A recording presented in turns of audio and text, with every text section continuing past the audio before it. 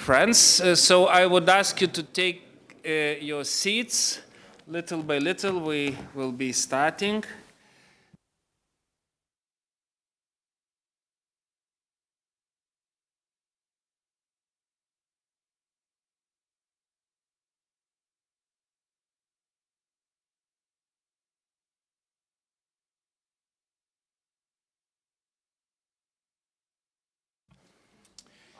So I think we can start. Well, first of all, about languages. We are a free country. You know, this parliament defended the freedom. So whatever language you want to speak, speak. You know, it's English, Lithuanian, German.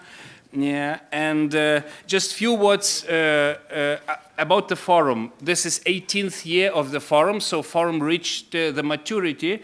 In the beginning, it was created in foreign ministry. Then it moved to Thomas Mann House. It was a lot of poetry, a bit detached from reality, I would say. Then a period of doing nothing, of dramas and wars. And then few years we did events in President Palace. And now for the third year, we are in Parliament. Why? Because I think this year, this is the first time ever that we have such a number of great MPs from all the parties. Soon we will have a delegation of Defense Minister Pistorius, the parliamentary side, joining us. So that's why I think that's the most appropriate to ask our speaker to open the forum. And then I will make a little provocation to you, as I always do. Yesterday we started with think tanks, think tank discussion. We will also have economic and defense panel. So I'm just thinking, next year when we will have elections here, we will be really busy. Maybe it's time to move forum to Berlin. Maybe Benjamin, you can take that challenge with business community, with others, and then we will go after elections to you. So just a little challenge to think about. So, Speaker, please, thank you.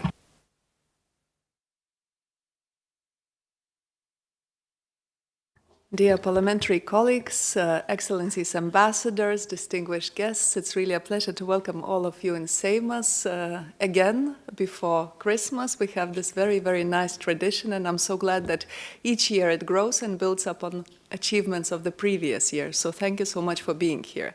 I will switch now to Lithuanian, so I encourage you to take the earphones, but really once again, so good to have you here this morning.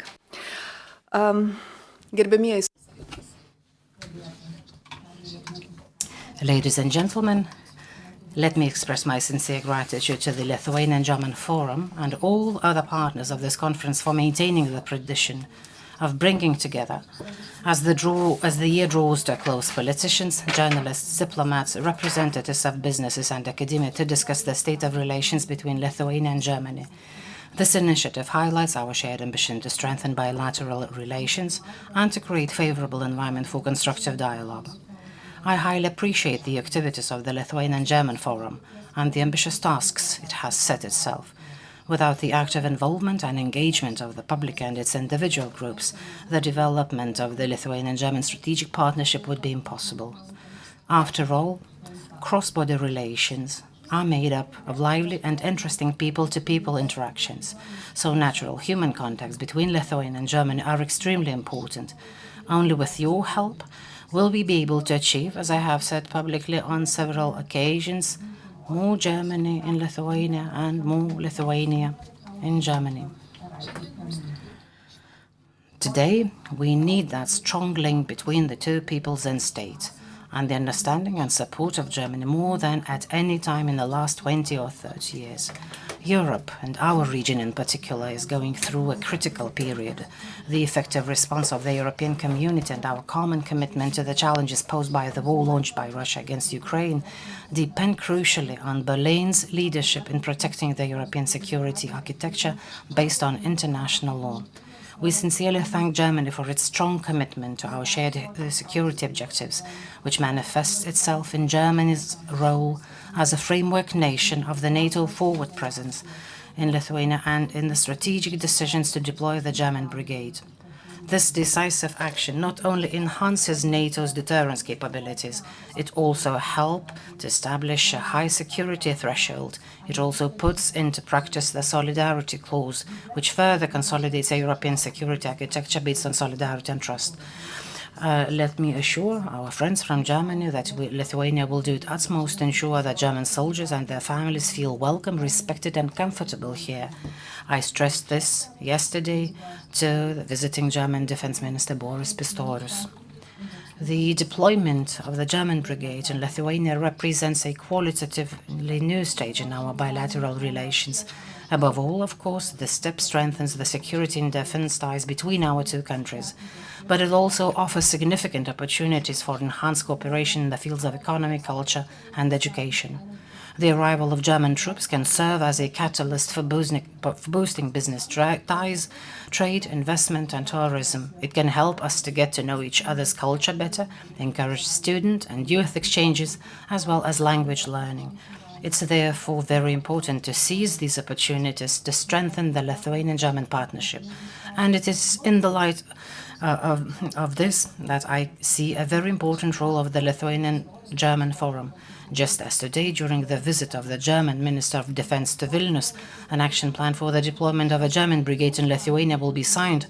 I wish that this conference will also give birth to an action plan for closer cooperation and interaction between the people of Germany and Lithuania. I invite the Forum to continue bringing together all those who are united in their desire to develop Lithuania's relations with Germany. Thank you.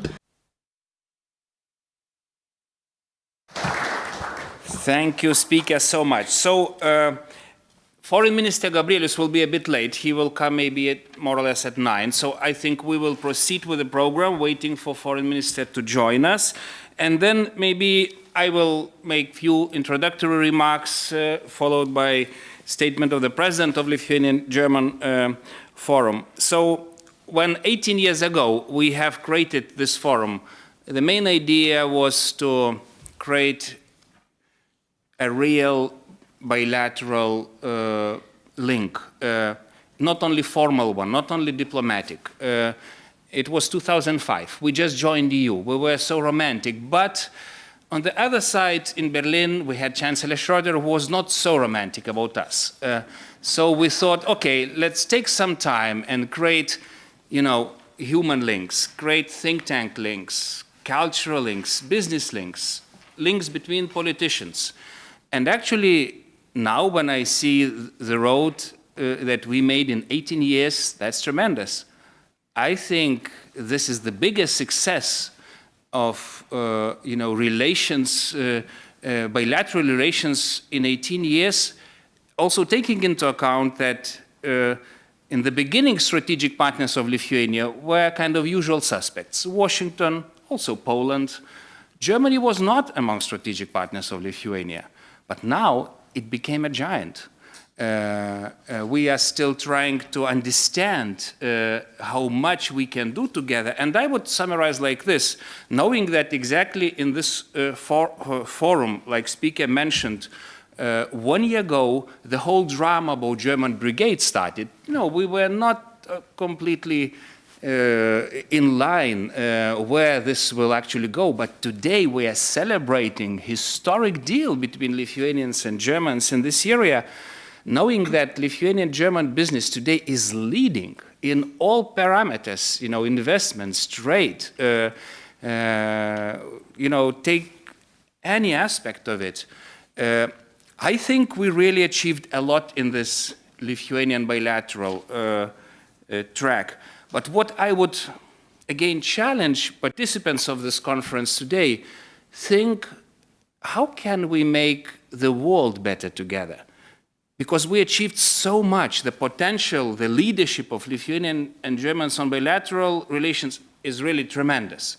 But how can we make NATO better? We didn't succeed 100% with all our agendas and priorities in the Vilnius NATO summit. But we have Washington NATO summit coming, 75th anniversary of the summit. And yes, if Vilnius, Berlin, and Washington would lead for that summit together, we could achieve tremendous effect. And maybe to stop the Armageddon that is coming from the East, We just received wonderful, great historic decision from European Council on accession talks with Ukraine, Moldova, something that we've dreamed with Sarah and other friends who've been traveling to Kiev together. But we know that it will be a difficult process. We have a lot of problems and problematic states on the way that will keep blocking that process. So what do we do with this? How do we make it a success story? I didn't even mention United Nations, I would say completely paralyzed by some autocratic regimes in Security Council. I didn't even mention OSCE, where that recently welcomed Minister Lavrov and started to discuss what European security architecture with this killer. Sorry to provoke you. So a lot of things to do together. And ending here on the same note with which I started, I really hope that next time when we meet in Berlin, that will be also a period of elections in America, that we finally come to kind of strategy, like speaker said, action plan. We did a lot on bilateral level, but how can we save the world? How can we save our region? How can we save Europe?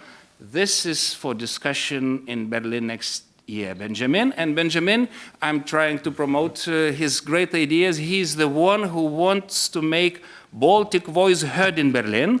So I think we should really help him to do it next year with a forum in Berlin. And here I stop and I give the floor to the real leader of the forum, Dainius, to say a few words on behalf of this informal part that connects us. Thank you, Žygimantas. Sorry, colleagues, I will switch to Lithuanian language, also with respect to this hall, constitutional hall, and Lithuanian language. I could speak also German, but in this case, Lithuanian language is priority for me. Mėly kolegos, dear colleagues, friends, on behalf of the German-Lithuanian Forum, let me welcome you to this event.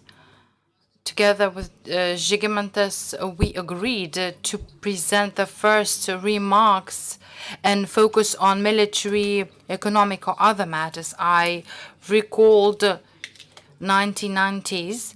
These were exceptional years for both Lithuania and Germany. This was the year of rebirth,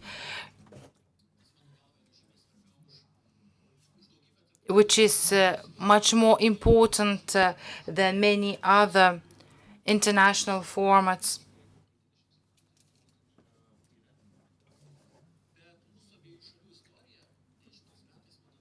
But the history of our both countries in the 1990s ended Cold Wars in parallel to other global processes inspired by local communities with their own vision of a country. And the inspiration that existed in Germany and Lithuania at that time is a very good pretext for speaking on behalf of our forum, not only about international but also bilateral fora of countries that know what it means to experience hard times and what it means to find your own efforts, forces to build new things. And I will start from security issues. You cannot be secure and sure about your future when you are on your own. And security issue in this format will be essential, even if we want to speak about culture and economy or education or any other topic. It has been a great opportunity for me to experience in many cities and towns in Germany, in different academies, and that had religious and political aspects, but they were targeted towards building the future. And I remember speaking a lot about the future. Yes, we touched upon the past and history, but in Germany, for the first time, I realized that building the future is much more important than looking back to the past. And we should not forget, in 1993, the EU, with its Maastricht Treaty, has become the EU that we've all imagined. Lithuania will celebrate its 20th anniversary of EU membership next year. The years run very fast. We lived for 30 years in peace and creation. But in this format, I hope for political leadership. This forum is hosted in the parliament. As a journalist, I want to listen to politicians speaking. Sometimes people hate listening to politicians and think that actions are more important than speeches. And I hope that today we will hear fundamental ideas. We should speak honestly and openly. So Lithuanian-German Forum has always been about speaking openly and sharing ideas, building bridges, building initiatives, and even if the majority of them will be replaced by the new ones in a period of time. Eastern countries, I will refer to them, speak about past empires, and the narrative of the empires of the past is not a challenge to me personally. And I must say this, it is a symptom, a severe symptom that needs to be treated. This means that such countries need help to treat this symptom.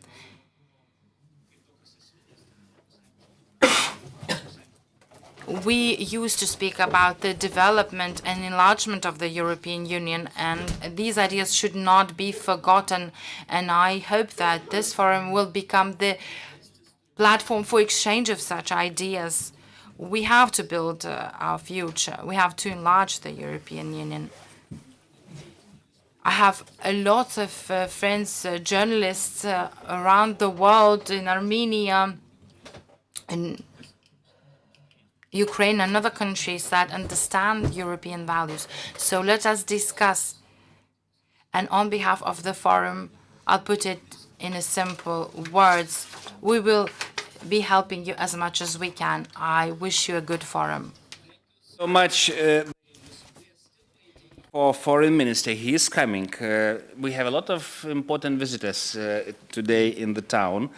But before he comes, I want to present my friend, Matthias, and I want to tell a bit about him. Matthias Luttenberg is plenipotentiary of the German Foreign Ministry for Eastern Europe, South Caucasus, and Central Asia. To make it short, Eastern Director, as we say. You know, he commands the East, and that's most important for Lithuanians. But we found Matthias in Chancellor's office when Chancellor Merkel actually created a strategic alliance, I would say, for the first time ever with our President Grybauskaitė. First time ever, the heads of two states, the leaders, really joined in a kind of strategic team. It happened, of course, in Europe, because President Grybauskaitė was budget commissioner. And I also remember well that it was some time ago Commissioner Verheugen who brought us, who led our membership in EU. So it were Germans to help us in crucial phase. Even our membership in NATO, without then Defense Minister Volker Ruhe, would not happen. If Berlin is not leading, usually it's not happening on the Eastern Front. So that's why today when we have this Ukrainian, challenge of membership in NATO, without Berlin leadership, it will not happen. But what's interesting, that Matthias, I said that we started the forum in Lithuanian Foreign Ministry 18 years ago. Then this romantic story started to be created at the level of chancellor and president. Now it landed to German foreign ministry. You know, we have the best friend of the region of Lithuania as leading director of German foreign ministry. It never happened also in our history that ministries, foreign ministries, are so much linked, as well as my minister with your minister. He has very good link. They just recently opened German foreign security policy together. So with this romantic introduction, Matthias, please go to the podium if you can and say something on behalf of official Berlin.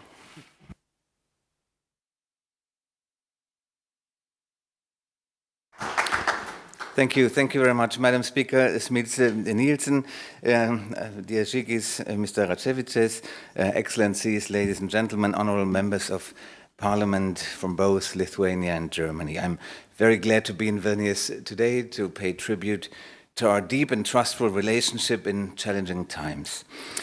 After Ukraine, Lithuania and other allies at the eastern flank are first in line, facing the most immediate threat stemming from Russia's imperial ambitions. Therefore, Germany is acknowledging a special responsibility in Lithuania by permanently stationing a German-led brigade in Lithuania, one of our flagship projects for the German Zeitenwende and one example of German-Lithuanian cooperation, and an excellent reason for Minister of Defense Pistorius visiting Lithuania today. The 24th February last year remains a defining watershed moment. I find it impossible to imagine a return to business as usual with Russia in the near future. Accordingly, Germany and the EU have reacted to this monumental challenge by focusing on 4 areas of action. Firstly, how to deter, counter and contain Russian aggression, sustain resolute support for Ukraine, and isolate Russia internationally. Secondly, increase EU's resilience and defend sovereignty against systemic rivals. Thirdly, invest in partners that believe in a rules-based international order, for example, in the Russian neighborhood, and offer credible alternatives to systemic rivals through substantiated engagement. And lastly, support the Russian civil society and democratic opposition in and outside Russia. I'm grateful to Lithuania for our close cooperation in all those areas over the last almost 2 years. Ladies and gentlemen, Russia continues to pose the most significant challenge to our security. The Kremlin seems to be convinced that it will be successful in subjugating Ukraine and reshaping the European security order. It underscores its resolve by a significant increase in defense spending and shows absolutely no sign of compromise in its war against Ukraine. We have to make sure that Russia fails to achieve its objectives, while Putin is calculating that we get tired and abandon Ukraine, and thereby our values, interests, the way of life that defines us. However, Žygis mentioned the Kerber Security Forum, and there was an interesting poll which was published just in the margins, where 21% of the Germans see no military threat coming from Russia, and 40% see only a minor military threat coming from Russia. It still makes me wonder. In practical terms, let me focus on 4 areas which will be important in the coming month. European Union, of course, Belarus, NATO, and the support for Ukraine. First, I would like to emphasize once more the historic decision taken by EU leaders on Thursday. The decision to open membership talks with Ukraine takes the country one very important step closer to its long-term strategic goal of anchoring itself firmly in the West, and sends out a clear message also to Putin's Russia. Foreign Minister Baerbock had highlighted already on several occasions that EU enlargement is a geopolitical consequence of Russia's war of aggression against Ukraine, and that Ukraine, like Moldova and Georgia, must not be left in some sort of gray zone. Last week, the EU proved to be a real geopolitical actor. However, we should not forget that Ukraine's road toward EU membership remains paved with, as someone told me, 86 decisions which require the consensus of all 27 EU member states.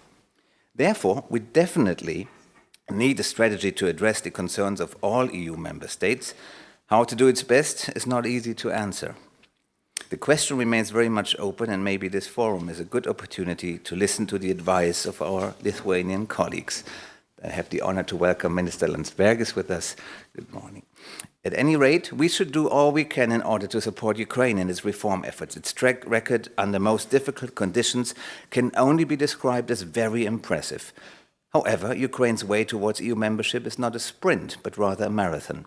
Ukraine, and we as their friends, need a long breath, and we also have to manage expectations. The process has to remain performance-based and credible. Also here, I want to look at the polls. The ECFR study, which was just published, sees that 37% of the Germans support EU membership of Ukraine. 39% oppose it. I also find that quite alarming because I don't really see any geopolitical alternative to this step. On Belarus, another subject where we always appreciate the advice of our Lithuanian colleagues, let me start by saying how impressed we are in Germany by Lithuania's tireless support to the democratic opposition of Belarus, which could not continue its important work without you. We are of course aware of the situation that you are in. Since the beginning of Russia's war of aggression against Ukraine, the threat that the Belarusian regime poses to its direct neighbors, like Lithuania, has by no means diminished. The agreement to deploy Russian nuclear weapons on Belarusian territory represents a case in point. We are also concerned about continued irregular arrivals via Belarus, which are of course continuing, albeit somewhat less in public limelight. And we do not ignore statements like the one made by the Deputy Secretary of the Security Council of Belarus a couple of months ago about cutting a corridor through Lithuania, highlighting the sometimes not very veiled nature of their threats. Given that background, I find it all more laudable that Lithuania has been able to assist its neighbors, for instance Latvia, that is facing record numbers of attempted border crossings this year. Our cooperation shows that we are able to face off Russia's imperialist posture, testing our resilience, challenging established norms and existing mechanisms to resolve conflicts. This will also be the message emanating from the NATO summit next summer, when we will be celebrating the 75th anniversary of the most successful alliance in history against a trying geopolitical context. The Middle East is in turmoil with ramifications far beyond Gaza, and any sustainable solution will require significant political leadership and resources. At the same time, continued support for Ukraine remains a geopolitical priority in 2024, not only for Europe, but for the whole world. The coming months will be decisive in refilling and maintaining Ukrainian stocks and equipping the Ukrainian military for the next phase. After all, this is about maintaining a world order and the respect for international law.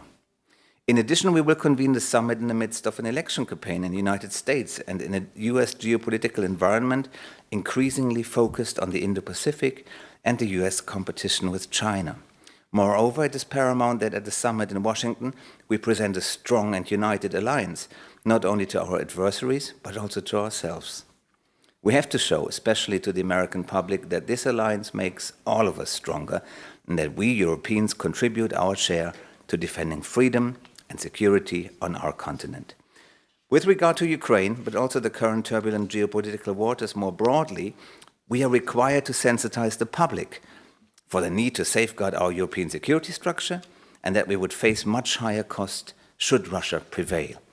It has been said many times, Ukraine is defending our common security, and the decision at the NATO summit in Vilnius have lifted the partnership between NATO and Ukraine to a new level, rightly so.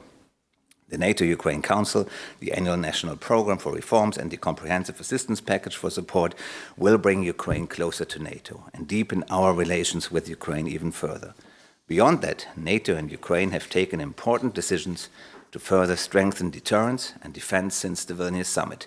We agreed on committee structures that will substantiate the work of the Council, and we have provided recommendations to an ambitious annual national program of Ukraine. All these steps broaden, deepen, and intensify the already close relations between NATO and Ukraine. And following the steps, the G7 joint declaration of support for Ukraine, Berlin and Kiev are now in intensive discussions on bilateral security commitments, which aim to sustain Ukraine's ability to defend itself, increase its resilience in the long term, and deter future aggression. At the same time, all of us can learn a lot with regard to security strategy, innovation, and strategic communication from the Ukrainians facing a second harsh winter of fighting off the brutal Russian aggression. As we look into 2024, we all know that it will not be an easy year. We are all faced with tighter budgets and need to boost industrial military production and cooperation. As legitimate as these concerns are, we in Berlin believe that we must not forget one thing. Putin must lose this war. This is a question of security for all of us, and it is a question of political leadership. As we are navigating geopolitical, geostrategic, and economic challenges, including blocked US aid for Ukraine, Europeans are required to step in and prove fair burden sharing. Germany remains the biggest supporter to Ukraine in Europe. Our winter package, arms and energy combined, amounts to 1.4 billion euro. We intend to further increase military support in 2024 in close to 8 billion euro. This underlines one thing: we are fully committed to supporting Ukraine. I know I don't have to encourage our Lithuanian friends to do the same. Actually, I remember too well the days when, long before 2022, Lithuania started military support to Ukraine, and it is impressive to see how much you have done ever since. Still, I would like to end with a call for keeping support to Ukraine high on our respective agendas in the coming month. The actual proof of our determination to defend our common security architecture and to stand up for our geopolitical goals will be whether we manage to wrest substantial support for Ukraine on many shoulders. We also have to take our people with us. For example, when saying that Russia is not a threat to us, or when Russia is attacking already our values and our security. And we also have to convince our people why the EU enlargement is a geopolitical necessity which is in our interest. Lithuania, as the second biggest supporter of Ukraine in terms of GDP, provides a prime example of geostrategic foresight and engagement in this regard. And picking up on something that Zigmantas Paviljonis just said, how can Germany and Lithuania together shape the EU, NATO, UN, and OSCE? I think there are many questions open, and I'm looking forward to your answers. Thank you very much. Dėkoju. Dankeschön. Thank you so much, Matthias. And in the meantime, we've been joined by our foreign minister, who will welcome us, but also by the delegation of Defense Minister Pistoris, members of parliament. So thank you for joining us. You are making history today. So, Gabrielius, please. Thank you.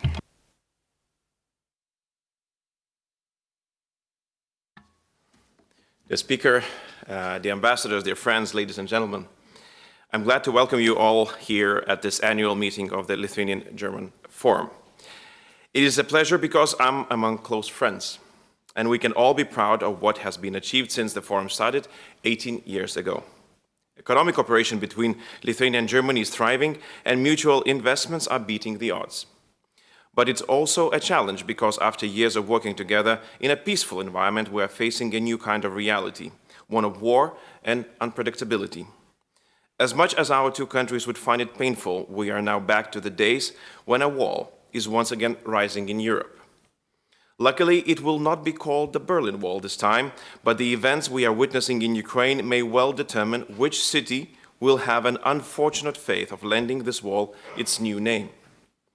Achievements of our cooperation are truly impressive, but in today's situation, years of joint efforts can evaporate in a moment if we do not respond properly to what is happening in our immediate neighborhood.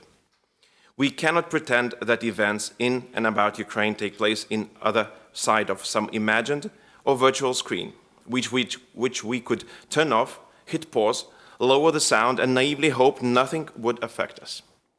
The emergence of the Zeitenwende, steps towards improved security and preparedness that followed, clearly show that there was indeed a policy change, an awakening in Germany that made our threat assessments much more aligned.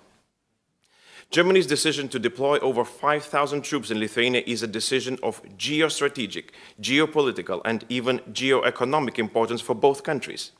It is also a strong expression of geopolitical Europe, as Ursula von der Leyen put it. Finally, it is a clear signal that Europe can be united and is able to contribute to its own security.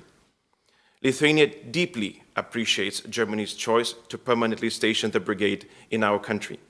It is a strategic element of NATO deterrence by denial, which is the only deterrence that the Russian regime clearly understands. Preparations to ensure the best possible host nation conditions are already underway, and it is a top priority for our government.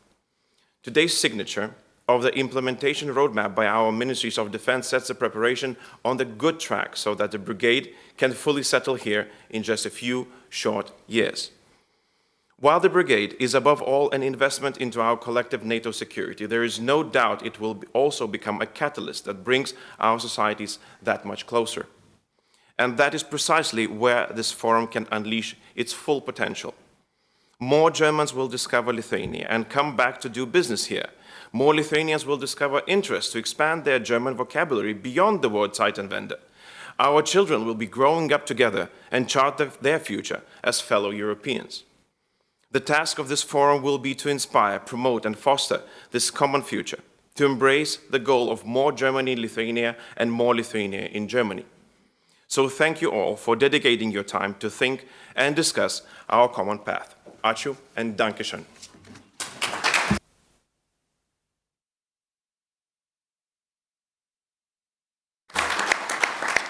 Thank you, Minister. And as a former diplomat, I would say first time ever we have a minister who puts such a emphasis on Lithuanian-German relations and, puts it into reality. So now we are starting our parliamentary discussion. We have representatives of all possible political colors. Never ever we had 11 members of parliament from Bundestag joining us, but I know that your schedule is really tight. You have to accompany your minister and to do history. Like my minister said, maybe one day we will put this history into the walls of municipality building where Bush was landing some time ago, and we put those famous words that from this day every enemy of Lithuania is the enemy of the United States of America. So maybe some words about brigade will be put on the wall sooner or later. So now I would actually appreciate that we change a bit the panel discussion, because I would love to have the head of your delegation, Honorable Henning Otter, to say a few words. What's your mission here with Defense Minister? What do you want to accomplish? Please.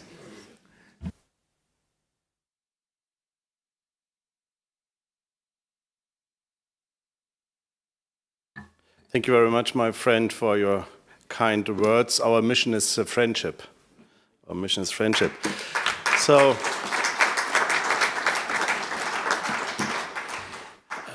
dear Minister, dear Madam Speaker Victoria, thanks for the good invitation last night in our embassy.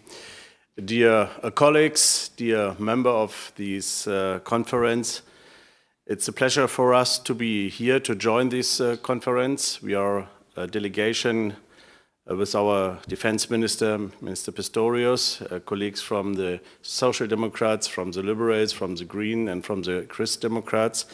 And let me say, for us, it's a very important day today, a historical day, to sign the roadmap for our brigade. And it's also a sign for our partnership in NATO.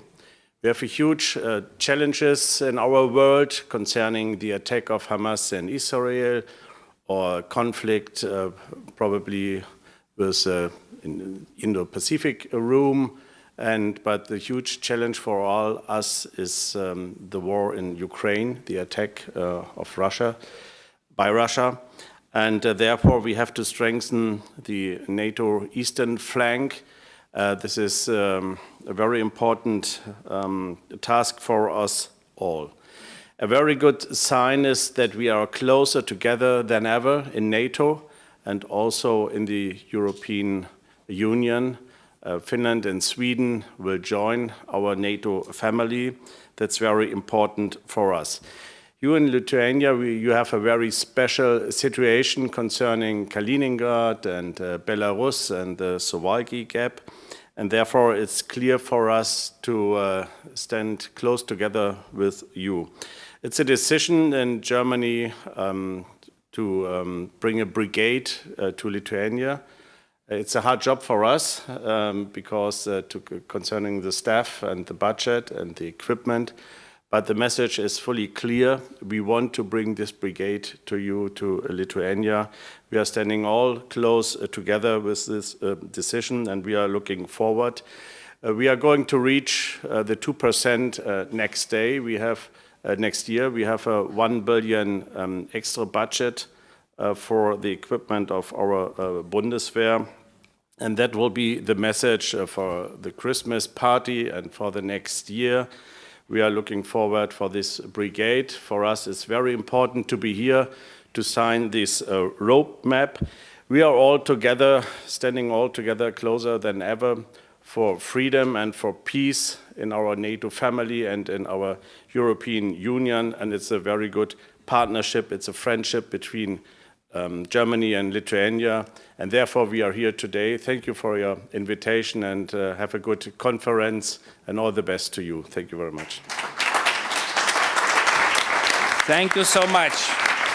Thank you, Minister. Thank you, wonderful delegation, that you are creating the history. Actually, our minister's background is historian, so thank you for putting history into reality. Okay, now let's have a real debate. I will invite my friend, brother Laurynas Kasčiūnas, who is leading Defense Committee. I remember the drama 1 year ago. My God, that started about the brigade. A lot of heated political debates, and we thought brigade is not happening. So, Laurynas, how did you actually manage? Yeah. Thank you, Žygis. Thank you all. It was really great. It's really great pleasure. You know, it's a breakthrough, a historical moment. But I will use this place. Okay, this chair I will not go. Okay. So, really, Žygis, I think you rightly mentioned. I remember 1 year ago we had a little of different mood, and even here in our country we had quite interesting discussion. Even in last October, November, discussing what kind of modality should be when you talk about brigade here in Lithuania. Even myself, I was a proponent of an in-place concept, but even I imagined what it could be a now rotational model. 6 months, one brigade, change with our brigade, it's like a rotational model. Nobody talked about this in place for permanent persistent presence. Another angle was talking, it's enough 10 days. Let's have the headquarters here, and if it's intelligence will show the red lights, we will come in 10 days. And we had in Lithuania the people who said, hey, it's enough, 10 days is enough, And now we have decision in place, and not in rotational model, but in place for, for 3 years, and so on and so on. So I think it's a strategic shift, strategic miracle, I would say. And it's a role of example for others. I think your decision, German decision, is a good example for Canada and Latvia, for others in eastern flank. So you're showing what does it mean exactly a forward defense. And it's very timely, I think, because yes, we can discuss a lot about how Russia when it will be able to challenge the NATO, because the intentions we have, of course, we should not have a doubt. The question when we will be ready, and how much time we have to be prepared for the deterrence and defense. Different experts, analysts are talking about 5-7 years, maybe a little bit more, maybe less. It depends on the scenario, but we have several years to be prepared. And we need to do it. And I think the brigade here, which is part of your division, which is dedicated, aligned to the NATO new defense regional plans, and Germany in the dedicating their forces to the plans are number 1 in Europe. Really, you are doing a great job. And we should see it in the whole context. And the context is, I think, it's better. Because next year will be a challenge year. We will have a trend which is not very positive in Ukraine. Lack of ammunition, resources, different bad scenarios. Putin is not stopping the war. Probably he is waiting for the United States elections. He will keep the war till the United States elections, and we'll see what can he do. Can he have some deal or not? Maybe it can be a scenario when we will have really change in the inside of NATO. And a German role in this bad scenarios would be even more important to compensate, to find new solutions. And we should start to think about that. I mean, we really should start to think about that. So I would say what we should not forget. I mean, we should understand what the war against NATO can happen. Maybe not, but it can happen. I think sometimes we take the assumption that it's impossible. No, it can happen. If we will be weak, it can happen. So peace through strength. Peace through strength. We should repeat for ourselves. If we want to defend ourselves, our societies, we need to be strong. Russia, despite sanctions, despite losses, despite everything, we can recover. We can recover very fast because we are in the wartime economy. We don't care about social contract, we don't care about human lives, we don't care about anything. So we can do this autocratical cycle, which is much more faster than democratical cycles because of elections, different trends inside of societies. We are a little bit in the postmodern world, which is like, we would like to be in the postmodern world, but we should find the solution how to defend the postmodern world. Because the society should, still have a duty for their countries. We should have defense capabilities, armies, whole of society approach, and so on for deterrence of Russia. So comparing our societies, autocracies sometimes can be much more better prepared for some imperialistic moves and so on. Good example is defense industry. I mean, your experts, your people sitting here in this chair saying, look, we are not producing, we are manufacturing. We are still manufacturing. When in Russia, it's a completely different mode. We should rethink here, of course, what to do next in the future. And the last point, Russia feels the rising divisions in the West. Just right now, when we felt the pulse, but we have lack of support or some, already voices about less support to Ukraine, and you see what Putin already in his speech said. He bring him back to this denazification narratives, which was a little bit, started not to forget them. Now he bring them back. So he feels the weakness. And when he feels the weakness, he is trying to move forward. So let's learn these lessons, and I think if we will learn it, we will be strong enough to deter them. Thank you. Thank you, Laurinai, and it's really good that we moved through that strategic phase of creating the brigade, but I think now we are also moving to the stage where we have to implement it well, to make it attractive for Germans to serve.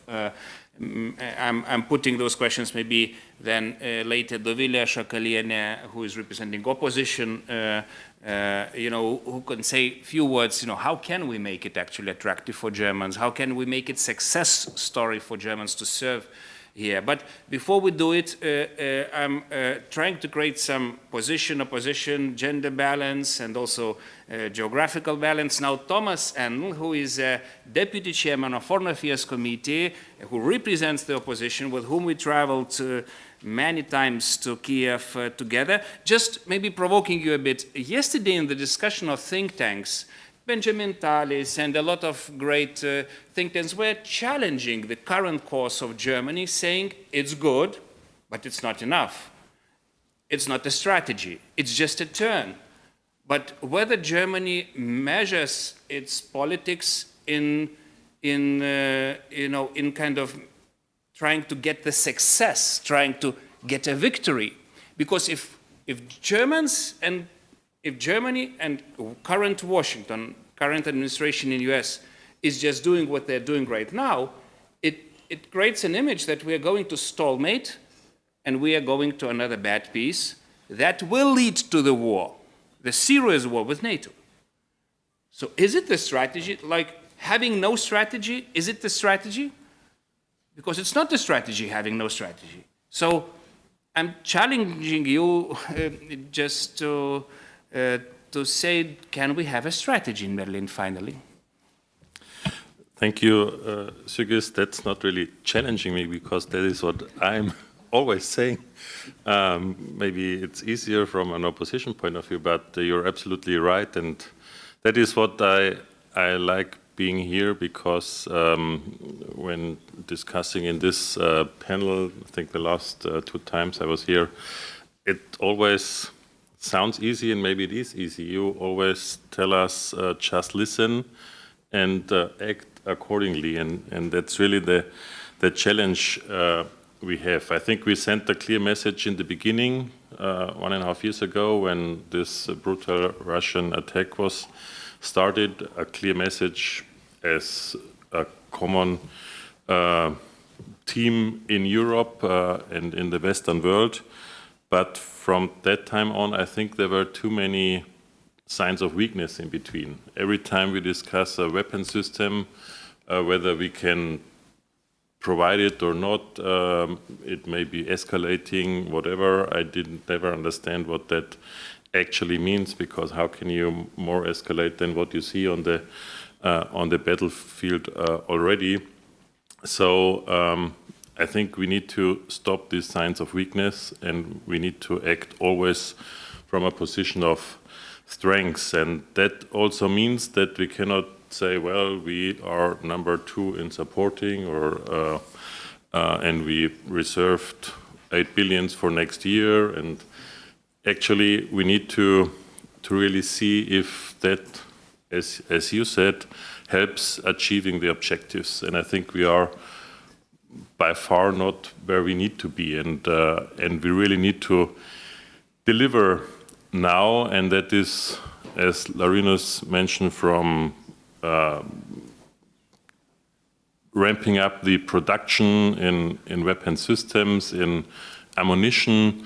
There is so much to do, and I don't really see the leadership in there, and I think Germany is having an important role here. And maybe Matthias mentioned the polls where the support of German public is ambivalent, but that is maybe exactly the issue, because I think the government tried to keep the war and everything away from the public, keep it as calm as possible. Maybe we need to change that and explain to the people that it's really a very serious situation, and that things on the battleground are not easy, and we Ukrainians, we all are about to lose if we not step up. So it's definitely time to deliver, ramping up, taking leadership, acting from a position of strength, and that also means that whatever we move on now with, whether it's EU membership, but I think it's much more important to discuss the path to NATO. We need to find a way to make it, in my personal opinion, to make it independent from Putin's behavior. Because if that condition is always, well, there's a path to NATO, but it's basically when the war ended, when we have a deal, an agreement, whatever, I think that is also a sign of weakness, because if that is the condition, then it will never end. So I think we need to find a way, act as from a position of strength, and find a way to act independent from what Putin is doing. I think that is very important to do now. Well, that's it for the moment. I think it's great to be here, and it's always a pleasant atmosphere. So thank you very much for having me. And thank you, Thomas. Setting that up. Thank you really so much. And because Dovilė will have to leave, and delegation as well. So Dovilė represents Social Democrats, so our opposition here, but she was so really good in getting German Social Democrats to listen as even more. She, together with a lot of other social democrats in EU. She was, building the consensus on a lot of important issues, including candidate status, succession talks, because we Christian Democrats, we are not majority, we are not leading political force now in European Union. So Dovile, what can you say about the region, but also Dovile is the only member of parliament that is sanctioned by China. And what we notice in this region that axis of evil is working together. Not only in our region, we think in the Middle East, they're learning from each other. We have Taiwanese representative also with us who is carefully listening what's happening here. And trying to draw some lessons in his region. So, Dovile, please.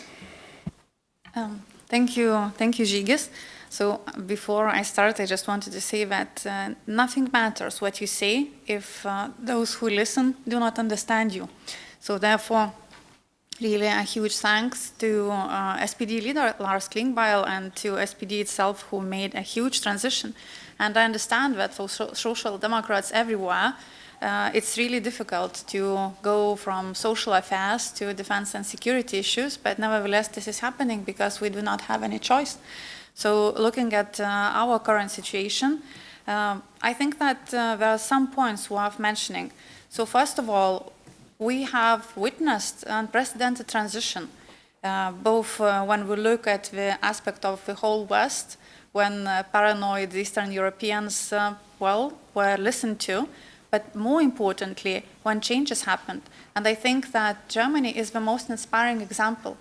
I think that strategic communication is always a challenge, and bureaucracy is, in both Lithuania and Germany, risk to national security. It's really difficult, really tough.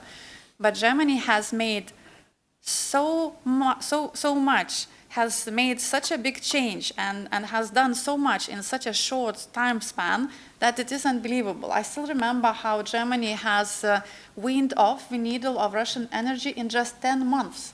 No other state in the European Union has done that, and some are still on that needle. And when we try to, sometimes be critical or pushy, we should remember that we should look on how difficult it was to turn all the ship of energy sector, and it was done. And regarding when we talk about brigade, I had trust, unwavering trust. I knew that Germans deliver. Talking about things is, for some parties is easier, for some parties is more tough. I know that Lithuanian Social Democrats are probably also not really excellent always in communication, but we do things, and Germans do things as well. So I knew that this is going to happen. What is most important is that we have unity. German and Lithuanian societies, German and Lithuanian governments are closer than ever. And I think that's also a very important change in Europe. I mean, when big states and small states are always playing in different clubs, in different leagues, and this is not a case anymore. When states that were direct neighbors were more communicating, and those that were separated by other states were not really as close. Now Germany and Lithuania, technically, like hundreds of kilometers between us, but it doesn't really show, because we are seeing each other probably more often than like decades before. So I think this is also a good example that when we understand what is at stake, we are able to work together. And in that unity, also Lithuanian national politics has also showed unprecedented examples of being really on the same page regarding our next steps in our strengthening of our defense. Of course, always parliamentary parties in Lithuania had agreed on the general direction of our security and defense. We have a tradition of national agreements or national accords on defense. But this time, I think, is really special, because when we are already entering the electoral campaign for 2024, you know that we will have 3 elections: presidential, European Parliament, and Parliament elections. But I am sure that when electoral programs of all the parties will be published, you will see as a priority German brigade in whichever party, be it left or right party. And that is also a good example of how important that is for us, because this is really life and death issue. At the same time, I think that success is inevitable, both in hardware and software.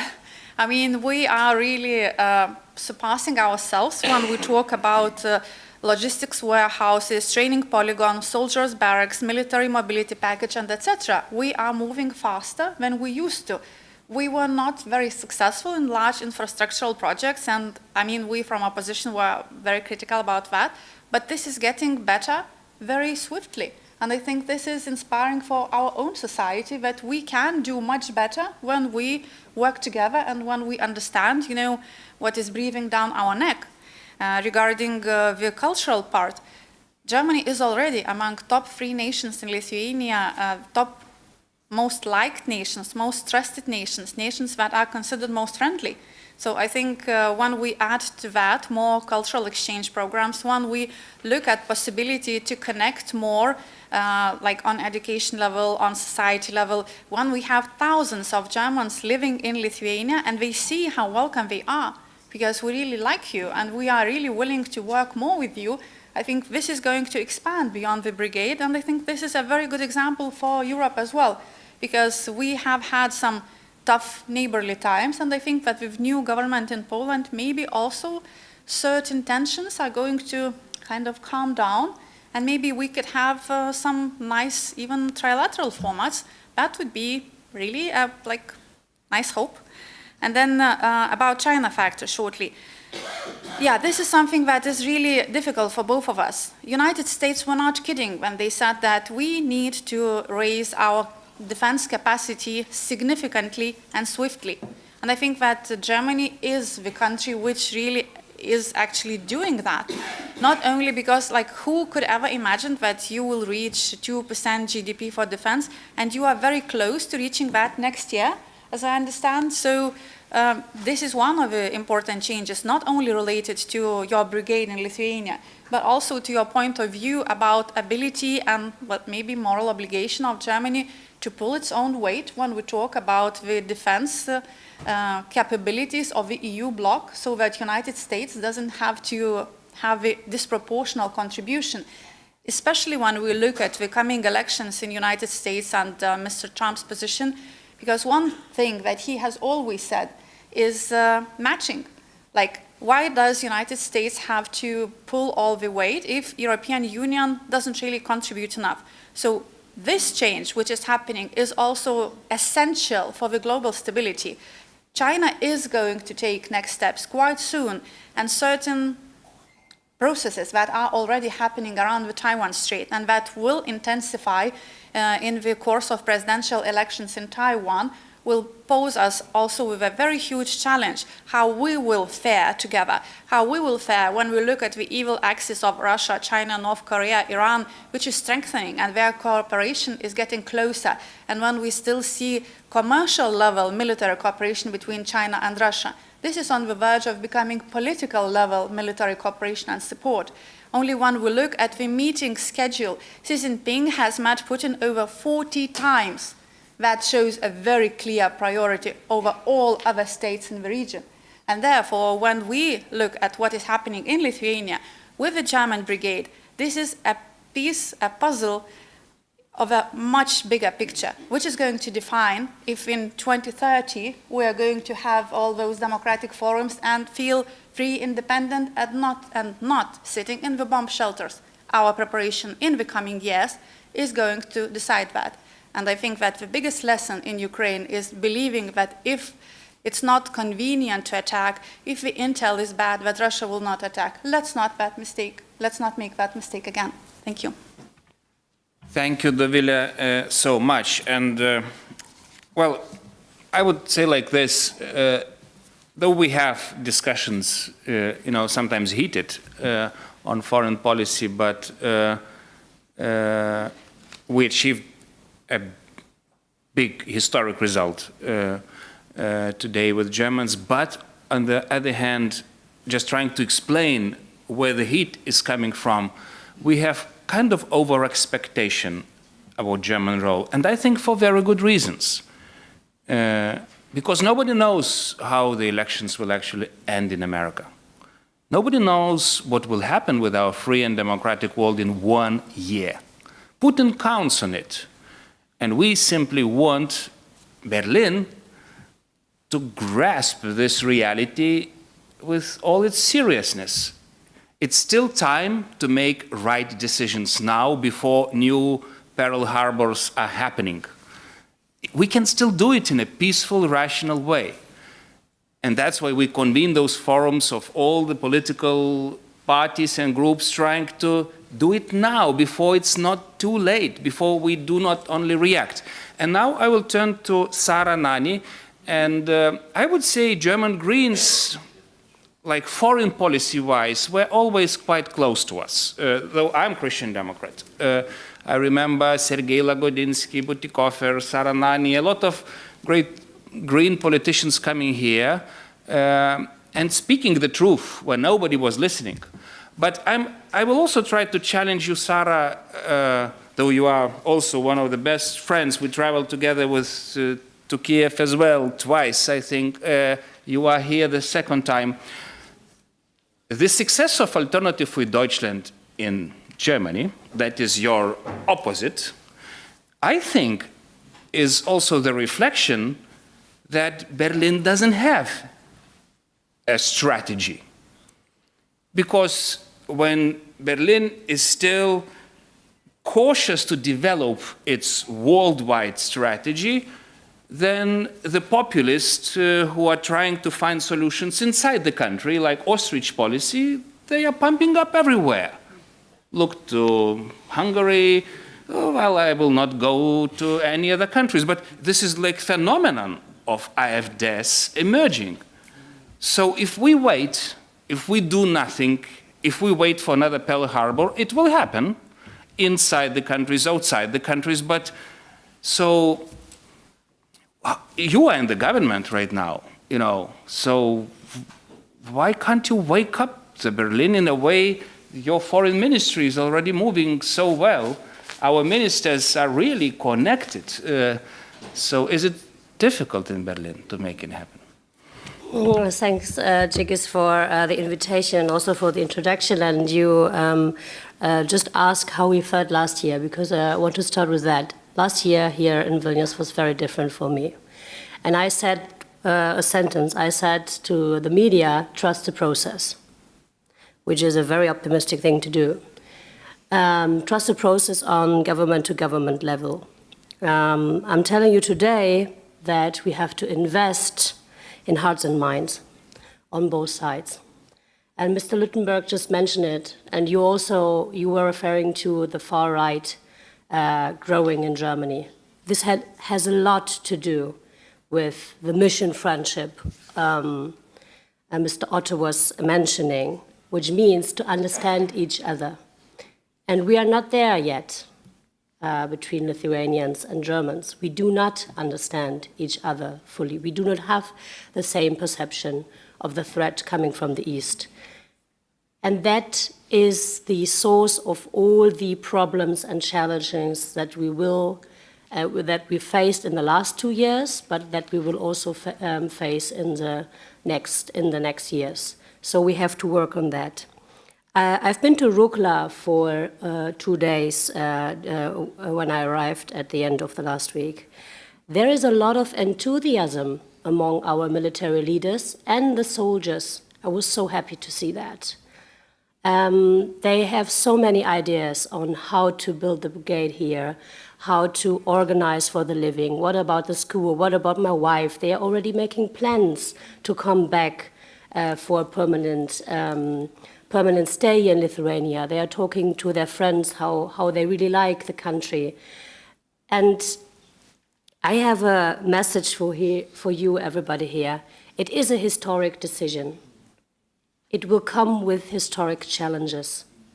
And I really ask you to take the nitty-gritty very serious, because it sets the tone for the bigger picture. And not to overwhelm people with the historic dimension, ignoring all the things that come along for your society, for our soldiers who are here, and for the society in Germany. So I'm not telling you to trust the process, but shape the process. And if we do it, we can also tackle the right extremist in Germany, because they are building up on this wrong, that perception that parts of German society has, that there isn't any threat coming from Russia. So that will help us too in Germany. Thank you very much. Thank you, Sarah. Now back to Lithuania. Chief of our Christian Democrat fraction, former member of European Parliament, now running again.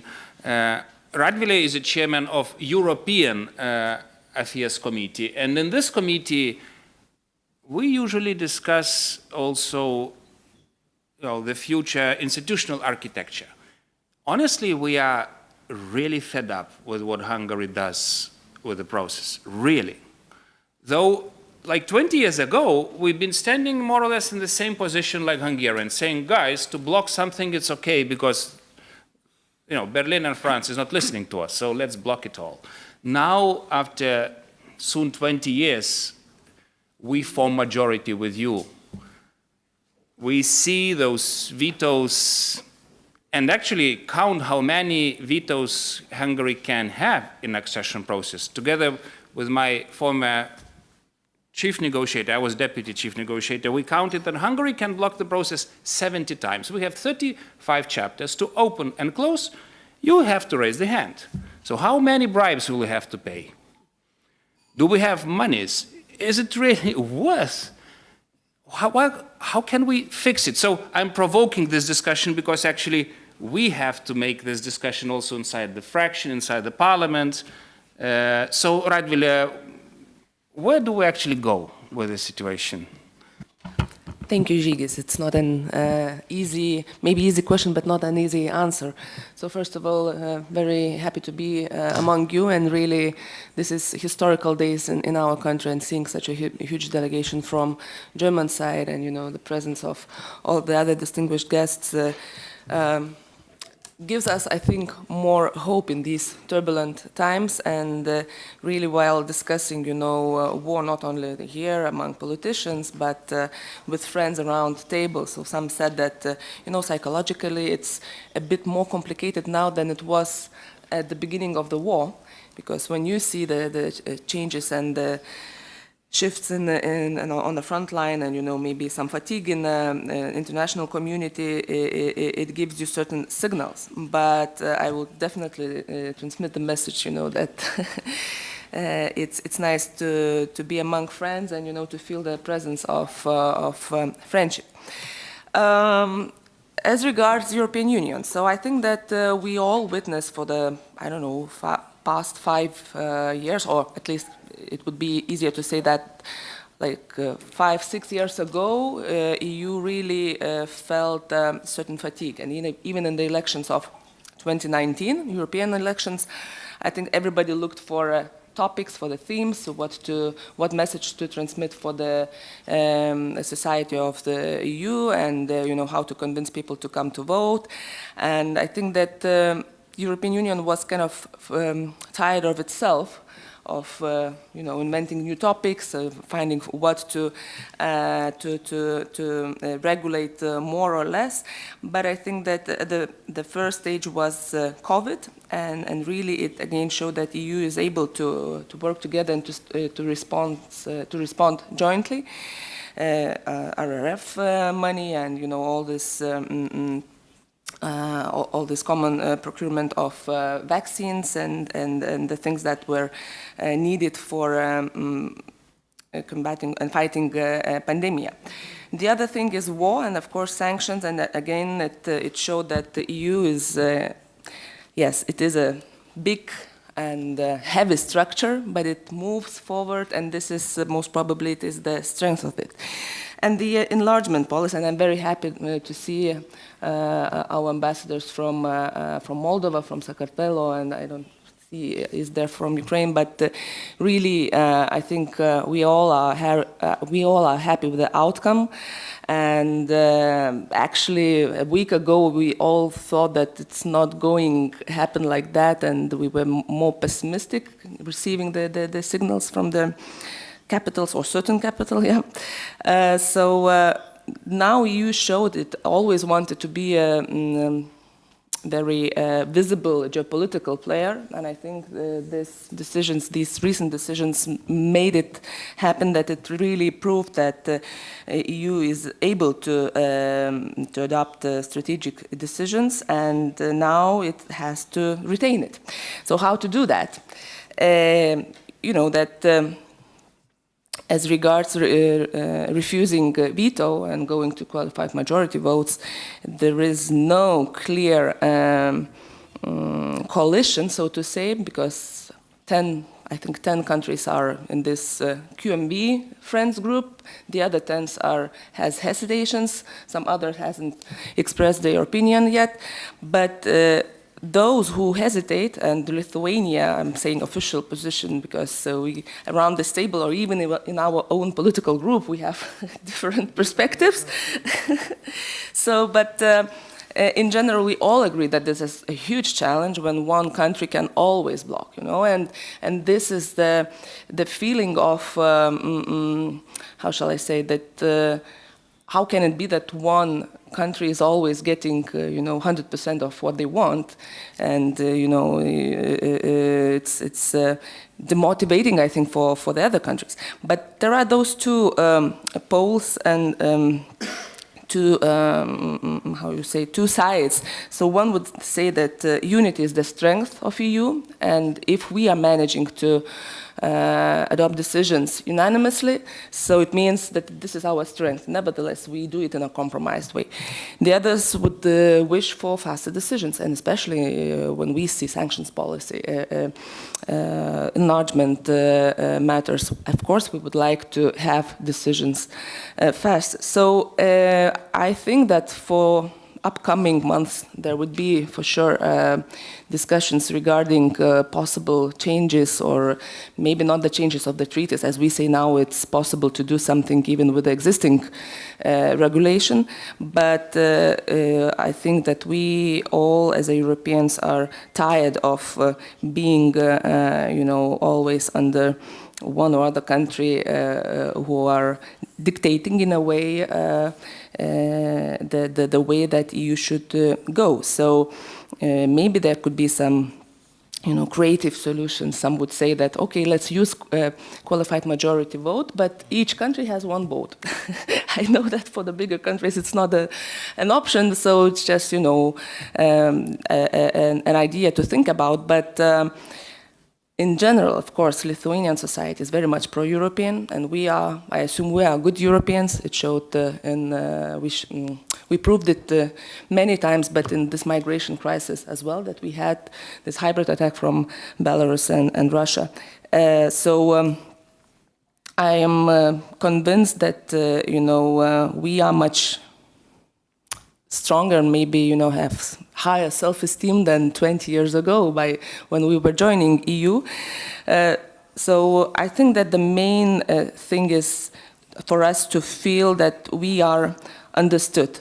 So then we could move, forward to the side of this QMV friends group by knowing that we would be heard, that we would be understood, not using ourselves as, veto or some bad guy who wants to block everything, but to have some kind of assurances that, when we are in need, that there would be this European solidarity. So I think that could be an answer, but how to reach that, this is the other thing. Maybe, we would have to have a separate discussion on that.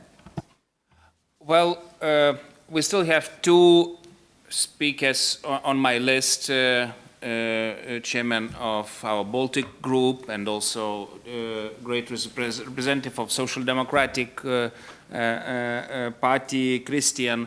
But just to say that it seems the delegation of Minister Pistorius might be leaving soon.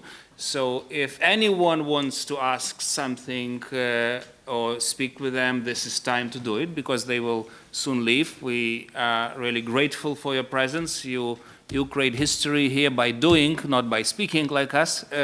But just maybe also reflecting to what Radvile said and looking again to Benjamin, trying to provoke further discussion, I think You know, we are good Europeans here. We are your ears and eyes. We have good instincts of something that might happen. We are your good litmus tests to avoid future disasters. So we have Matthias, who is today and tomorrow having 3+1 consultations like with Baltic Eastern directors. But if we would really create some kind of vehicle of joint thinking in Berlin, because we have a lot of expertise and brains here, but nobody is actually able to hear it well. We have party foundations, we do a lot of job, but we need to think the world together. For example, what do we do with QMVs? What do we do with Hungary?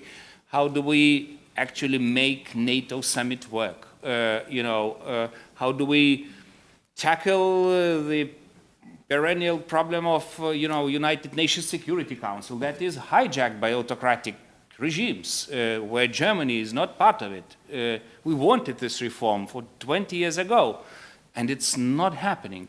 We are well connected to Nordic-Baltic family. We like travel and think together. We have changes in Poland, Visegrad, well, maybe we'll start working, but we have great relations with Central Europeans. And those new connections that are emerging with Berlin, we just have to connect it to some kind of network of strategic thinking. You want to react? Please, Benjamin, react. I do. Thank you very much indeed, Žygis. Benjamin Tallis from the German Council on Foreign Relations. Speaking to 2 points that were raised. One, that in the void of strategy, the populists thrive. I completely agree with that. And second, that to get European security right, we need to get Germany right. And at the moment, the strategic discussion in Berlin is not where it needs to be. It's not that nothing's happened in the last 2 years. A lot's happened, but how much has really changed at the deep level? We heard what Thomas Erndl was saying. We're not going far enough. It's not yet the big strategic shift that is needed to align the German perspective with the kind of threat assessment that we've seen to be so accurate that has come from the Baltic states. We saw a faulty threat assessment that drove the initial Zeitenwende speech. We now see another faulty threat assessment that underprices the costs of Ukraine failing to win. Ukraine needs to win or we don't have a stable security order in Europe. Ukraine needs to be in NATO or we don't have a stable security order in Europe. But we're not seeing the political leadership to drive that forward and get that message through to our population. So in their hearts and minds, as was said, they want this process to succeed. We heard the statistic provided that 39% of Germans are opposed to Ukrainian membership of the European Union. That's because we're not making the case. The discussion in Berlin is all about the costs, about the obstacles, about the difficulties. Frankly, this is the geopolitical opportunity of a generation. But because we lack strategic vision, we're not making that case. And so we want to set up a new initiative in Berlin, the Center for Democratic Grand Strategy, that would help to amplify Baltic voices in Berlin, but also the voices of others who have shown ample leadership, but haven't yet been given the opportunity to actually lead at the European level. And so we're looking for support, be that political. Obviously, there will be a financial element as well. We need to pay for this somehow. But to actually get this off the ground, to actually encourage that real strategic dialogue that is needed to give us the vision which can act as a lodestar for our policy decisions across the mega transitions that we need to cope with, and do so in an integrated way. So I look forward to talking to anyone who is interested in helping us achieve our vision to achieve that bigger vision. Thanks, Žygis. Thank you. So it seems we are provoking the discussion. I see hands raising. And first was yours. Actually, you are on the panel. So you are Peter is a new chairman of German Baltic Parliamentary Group. So can we really make that Baltic voice heard better in Berlin? It's your mission in the parliament. Think tanks are ready to help. Business communities carefully listening. They are very big here. Militaries are growing. So we have, it seems, the context that is pushing to that direction. What do you think, Peter? Thank you very much. Thank you very much for the invitation to this great discussion.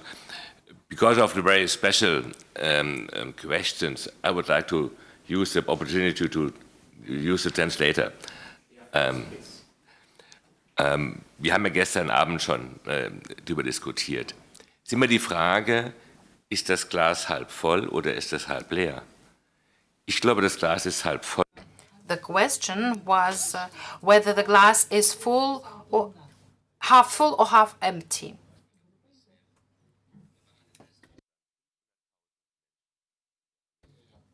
In Germany, let us recall that there have been a huge military. We don't have the armed forces we used to have, and we want to have this brigade to be deployed in Lithuania. And this is a challenge for Germany in economic terms. But we must say that we want this, and we want this all together, both the opposition and the government. Yes, this is a huge opportunity and a huge advantage. This means that we are going on the same path all together. Germany is being governed in a central manner. We don't have the extreme right or left. We are seeking a compromise. And we also strive to support Taiwan, because our political representatives also visited Taiwan, and I agree that we have to accelerate our cooperation, to strengthen our cooperation, and to establish the strategy on China and on Russia in order to clearly state our objectives, because this is not the situation that we will face once. We will continue facing this. Therefore, we have to build a strategy on responding to the challenges or situations like that. And we need German leadership for that. Germany is a leader, but Germany is not a leader that we would expect it to be in any way. We recognize that we need to strengthen some capabilities, and we need a stronger European defense alliance. We also need a common deal on the nuclear defense. And first of all, we have to use the opportunities offered by the Polish government. The access of Berlin, Warsaw, and Vilnius, it should be strengthened further. It could be a nucleus for a future European defense strategy, and we should consider that. We should prevent Europe from being two-speed Europe. Countries should strive for common objectives and achieve them. In reality, I think that we should undertake a strengthened manufacturing of arms and ammunition. We are a federal state and we face problems because of that. We need to obtain all the licenses and all the agreements at all the levels, be it federal or local. I'm dissatisfied with the bureaucracy that exists in this area right now in Germany. And first of all, we have to address our budgetary issues. This is a huge challenge.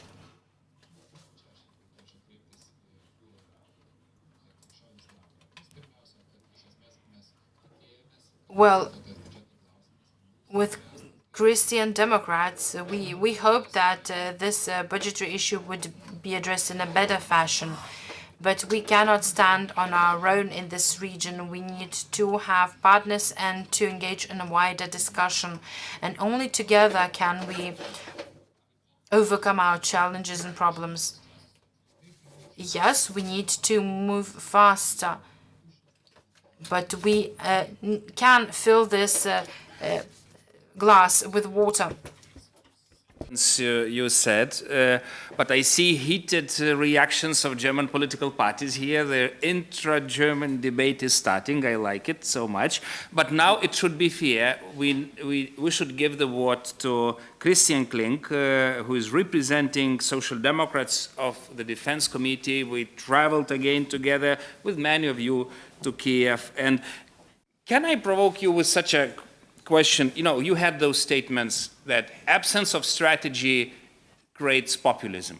And we are really, you know, we are shocked with this phenomenon of Alternative für Deutschland growing in Germany. We don't know how much it will grow. Do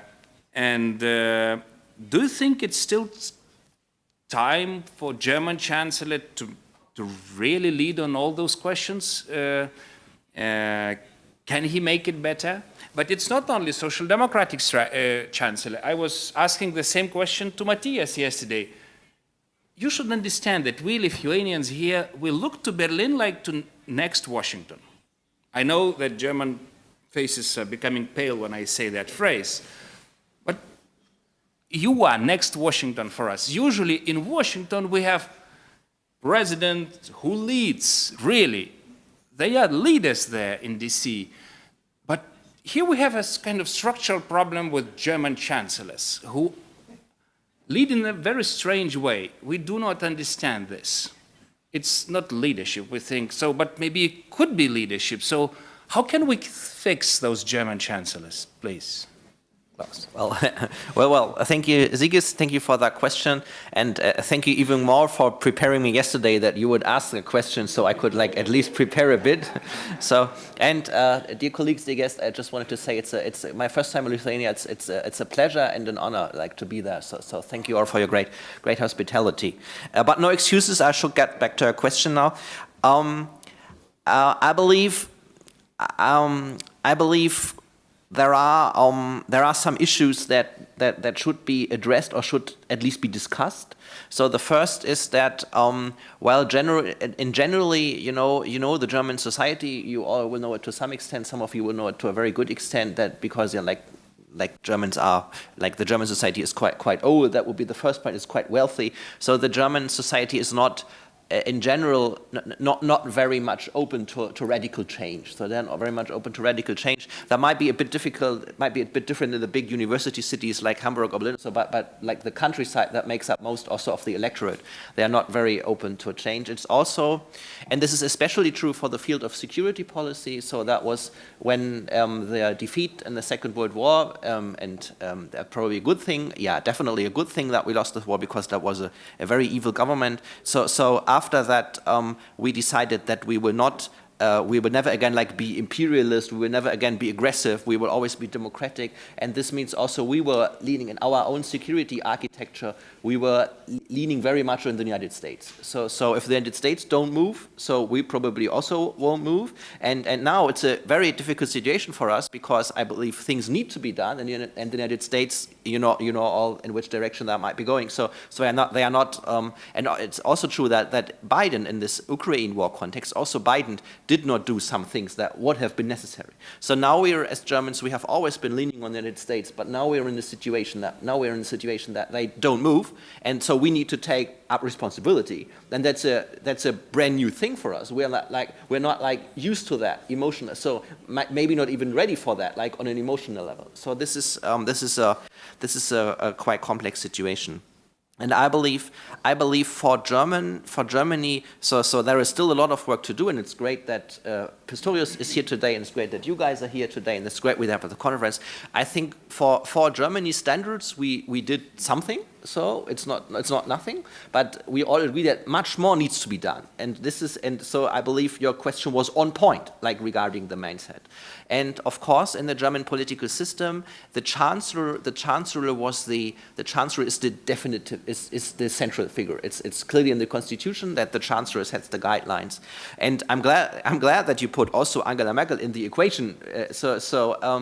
Because both chancellors Merkel and Scholz, they have more I would say, a wait-and-see attitude to some extent, a wait-and-see attitude, and the question has been raised if this is the right attitude, like for the situation at hand. Of course, we all know that we won't be able to change like those people. So we won't we won't make a second Cicero out of Olaf Scholz. That's not going to happen. But let me remind you that Olaf has already reached some of his goals, like through patience and tenacity. Some goals, like another leader would have been maybe more outspoken. He would be like more emotional. But he reached, like, I find the ascension, like that we say, yes, Ukraine will be a part of the European Union. That we are opening these talks, that we are opening this process, is a great success. And he reached that through patience. So it's not nothing. I believe that will be my concluding point. I believe that the like forums, discussions like this are very, very important because, like, of course, every politician wants to stay in power. So like a politician that doesn't want to move, he will only move if he like gets pressure. If he gets pressure from the press, pressure from the opposition, pressure maybe from within the own government, or like pressure from civil society. So I believe that this is like forums like this, they are very important. So thank you again for your question. Thank you, and I really appreciate what you said, and it's my honest kind of personal judgment that out of all NATO capitals, Berlin changed the most after February 22. But as you also very well pointed, changes in Washington puts us all in question whether our strategies of looking always to DC, when DC is now in electoral fights and we don't know what will be the result, is actually the best strategy. So that's why in Lithuania, I think all parties agree that we appreciate wholeheartedly the German, presence and change, but we need you much more. And as the Baltic Group leader, Peter, just indicated, we have so much to do together. Matthias mentioned Belarus. It is a puzzle. It is a challenge. Actually, in this room, in few hours, with the whole fraction, we will discuss how do we proceed with those growing challenges. Because we know that the whole Western policy on Belarus depends on us and on the weight we are bearing, with thousands of Belarusians pouring into our country. Ukraine, NATO, Russia, and just to mention Taiwan, Berlin changed dramatically on Russia, but it didn't dramatically change on China. And this world is connected. They help each other. They work with each other to destroy our world. But why don't we connect with each other on those strategic challenges and think, still having the best brains, the best economy, the best military power still in the world, we can still stop the evil coming to our territories. So I saw the hand of Honorable Kiesewetter. I see our signatory of Independence Act, Emanuelis, also wants to say a few words. We still have like 15 minutes for debate before coffee break. Please raise your hands, whoever wants to contribute. Roddy, please, you are first. Thank you very much. Having the chance to speak at noon today, I will be very brief, so thank you for the honor. I would align myself with that what Christian has said, but there is a challenge. We have had two chancellors in sequence who are giving the impression being quite reluctant. They are very sober, they are very deliberate. However, our population cries for orientation. And what we really need is to convince the population what is at stake. And there we Germans can learn from you, because you are much closer to the threat. This parliament was under Soviet threat. 20 colleagues of us were killed in 1991 here at this building by a Gorbachev-led attack on this parliament. So the feeling of what is at stake is here much more and also much more impressive than we believing in our attitude there must be a chance for negotiation. Russia will not negotiate. And therefore, we have an example in our history, that's Chancellor Schröder. When the German population, 48% were for a military engagement in Afghanistan and 49% were against in 2001. He went public. And then more than 60% of the German population supported the military deployment to Afghanistan. So I believe if our Chancellor was to go public even stronger, it would be helpful. Two further remarks on China and Hungary. I applaud the liberals that they were so courageous to send also even a minister.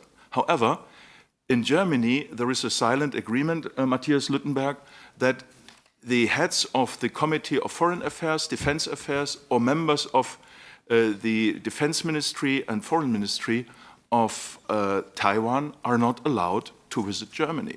This is a silent agreement as of 1984. So it's time to change this. And the last remark on Hungary.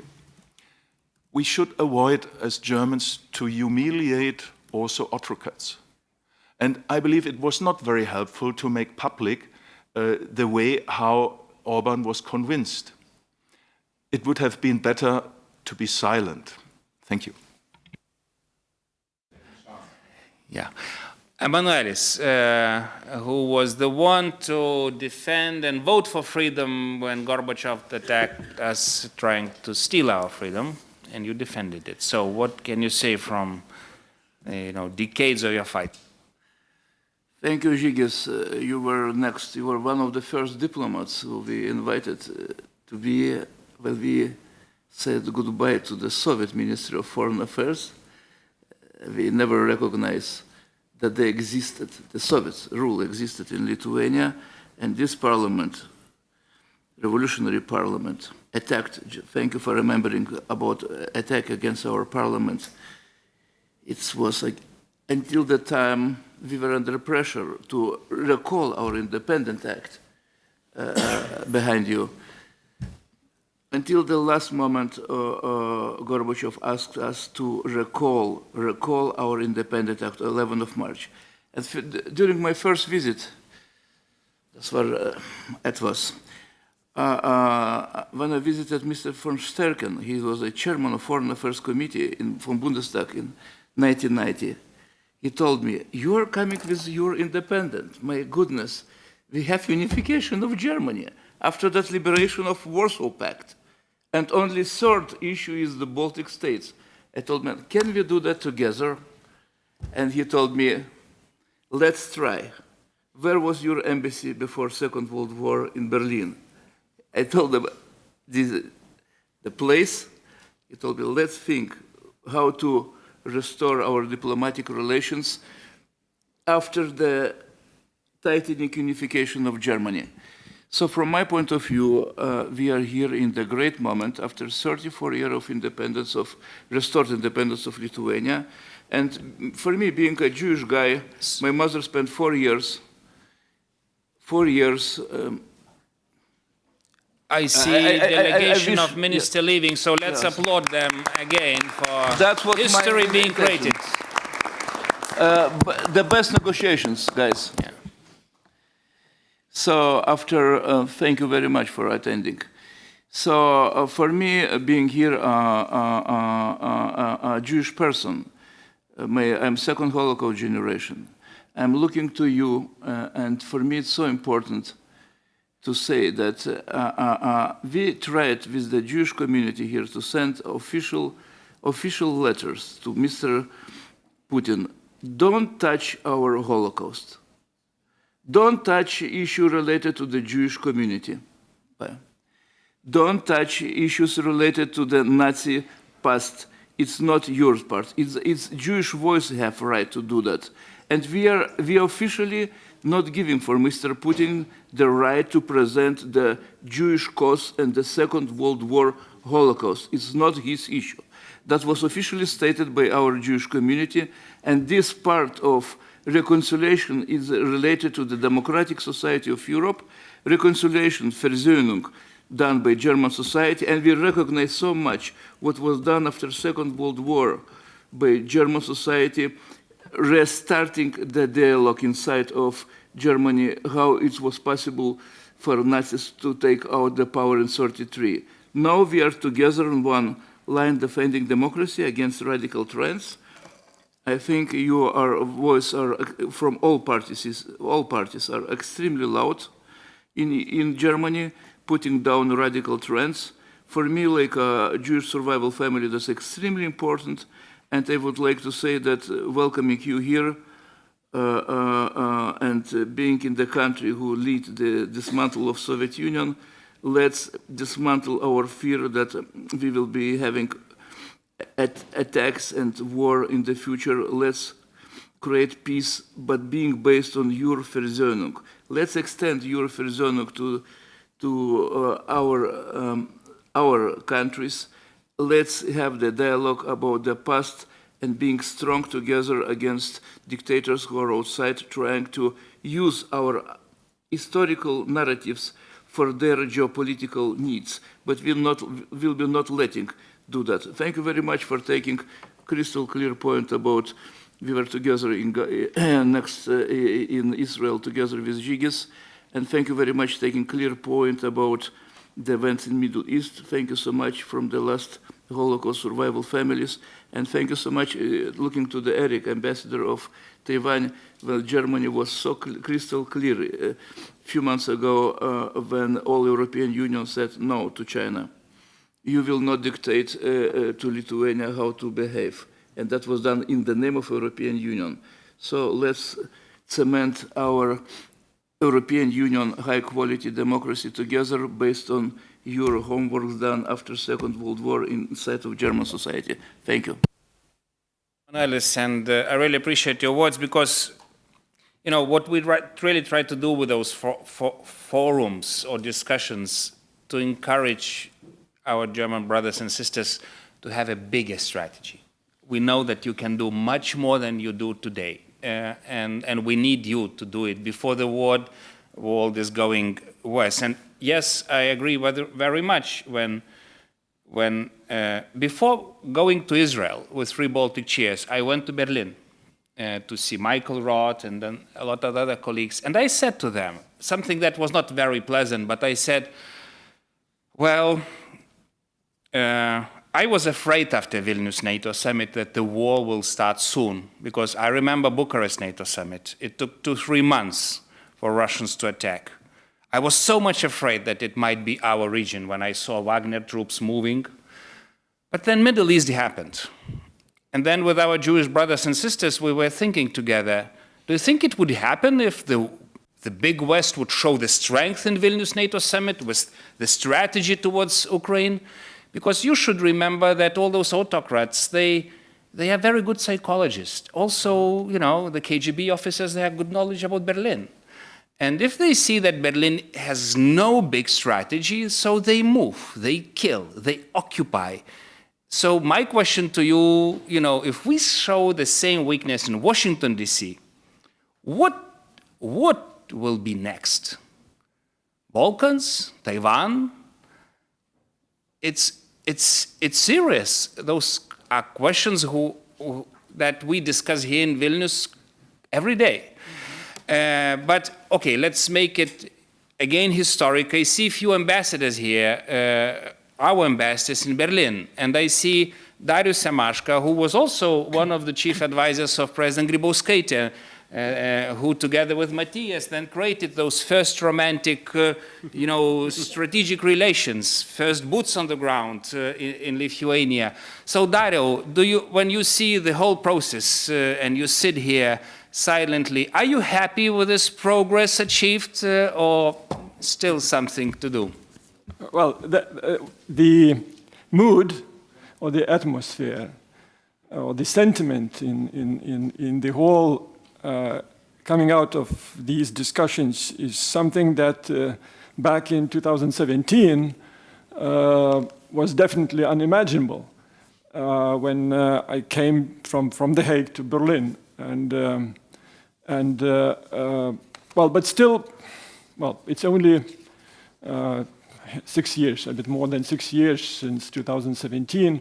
There's definitely quite a development in the way we jointly think or we discuss the issues that we raise, but there's a long way to go. And Matthias today, a good friend, high-ranking director for Eastern Europe in Auswärtiges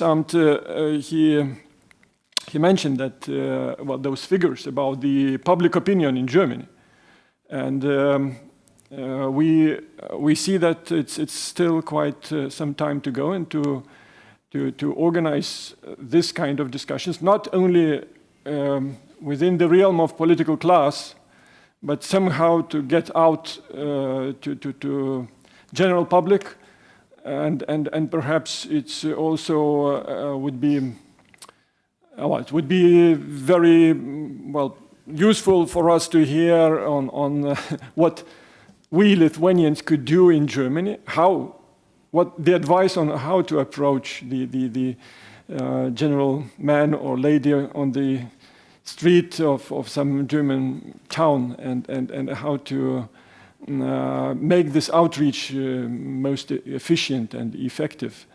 But we need time, and in the meantime, we have to remember our transatlantic partners, and perhaps today there was not enough of attention to the issue of our transatlantic relationship, and because before Germany becomes or replaces the United States in the defense of European freedom, we need to ensure that the United States stay engaged in Europe, and here again we should think of our partnership and our cooperation in convincing our transatlantic allies to remain engaged in Europe.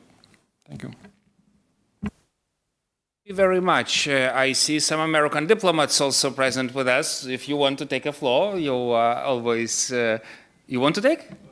No, okay, you are still listening. Okay, so until Washington is a listening mode, let me provoke you further, and it will be closing remarks of my debate. Here in Vilnius, we are not only good in our region, in this Baltic Black Sea region where we circulated for 1,000 years. Here in Vilnius, with this government, we not only found new strategic relations with Berlin, but we also find new way to Indo-Pacific. I think we were the first country in the EU to adopt its Indo-Pacific strategy together with our brothers in Washington and London and other countries. Vilnius NATO summit, first time in history NATO devoted about 30% of the time to Indo-Pacific. And actually, when China introduced those harsh sanctions against us, together with our Indo-Pacific partners, we found wonderful business opportunities there.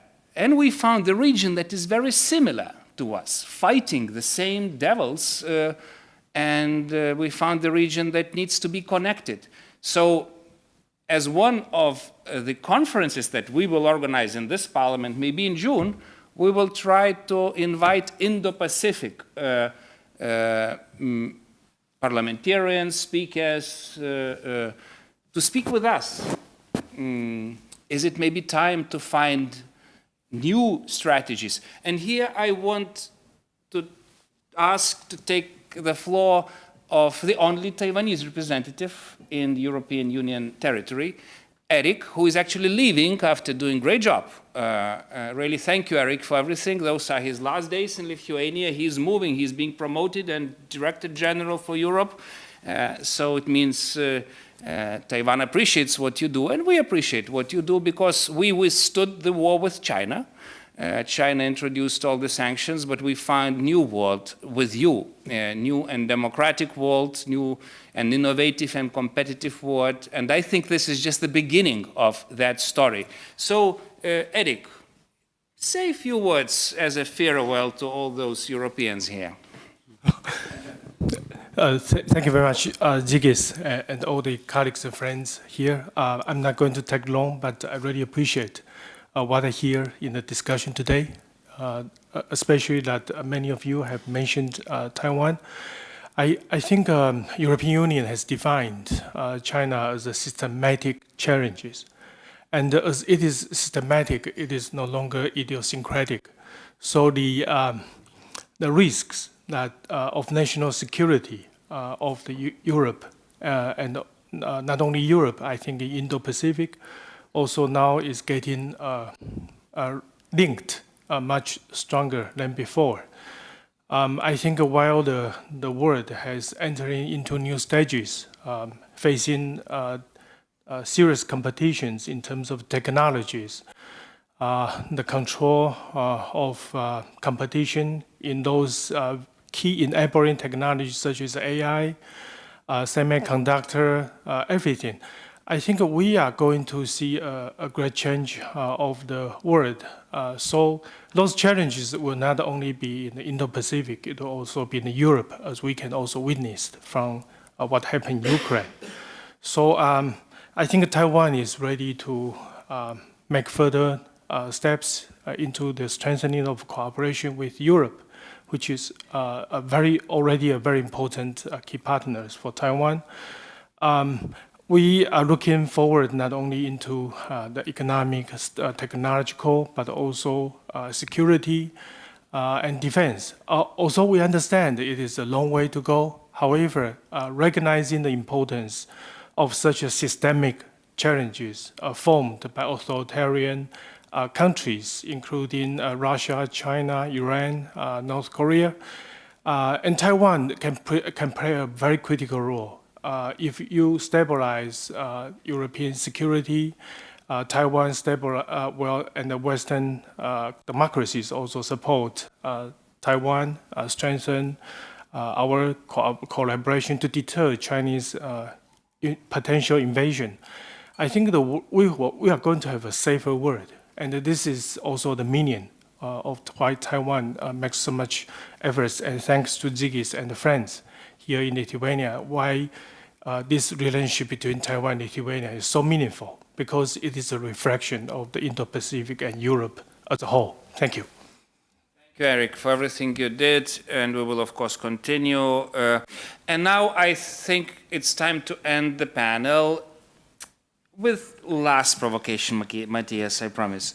Because you represent official Berlin, and I know that it is difficult to reply to all my questions and provocations, but just, one simple question and one difficult. You mentioned Belarus. It's really a dilemma. And I will make it blunt. Do you think it's time to close the borders with Belarus and treat them like Russians? Because, revolution didn't happen, and all the Democrats are already here, and with all the threats you mentioned. Or it's important to keep the strategic perspective, thinking and also reflecting the fact that all democratic forces declared the wish to integrate with the European Union. They made a geopolitical choice towards Europe that was not so evident during the revolution. So, advice from Berlin, that was easy question. And then difficult question, Matthias, we are heading to Washington again. Darius is right. Washington is our, well, I try to stay diplomatic. Okay. I'm going to Washington with, can you imagine, with French, Brits, Czechs, Poles, and Ukrainians in January. I'm going to Washington with Nordic Baltic tribes, Cheers, in February. We will keep going now to Washington like every second week, because EU did decision, strategic decision. And I remember how sometimes ironic Americans they were about Europeans. Oh, you are not capable of strategy. And now what? Washington, you have to follow. You have to create the fence in NATO, because even if we do this wonderful enlargement process and accession talks, if you don't build a fence, it will be just waste of our taxpayers' money. We will not defend Ukraine without you. So, but I'm not provoking Washington this time. I'm provoking Berlin. Matthias, do you think we could invite Ukraine to NATO and Washington NATO summit finally? Well, thank you for giving me a chance to answer these two brilliant questions, as always. On Belarus, closing borders is usually not the answer to all our problems. We do distinguish between Belarus and Russia when it comes to the civil society. We see a different role, of course, in this terrible war against Ukraine. But we also are not ignorant of all the repression that the Lukashenko regime is applying on its people. This is why we have sanctions, but we still think that the borders should be open to allow those democratic or at least opposition figures to move more freely, to come to your country, to come to my country, to come wherever they feel safer than in Belarus. So closing borders, like we see now in the example of Finland and Russia, is of course sometimes the only way out of the dilemma. But I think we can jointly try to mitigate the consequences of the migration that comes from Belarus. I think the figures have been much worse, but we are aware of it, and we have to do everything to protect, of course, our borders, your borders. On Washington.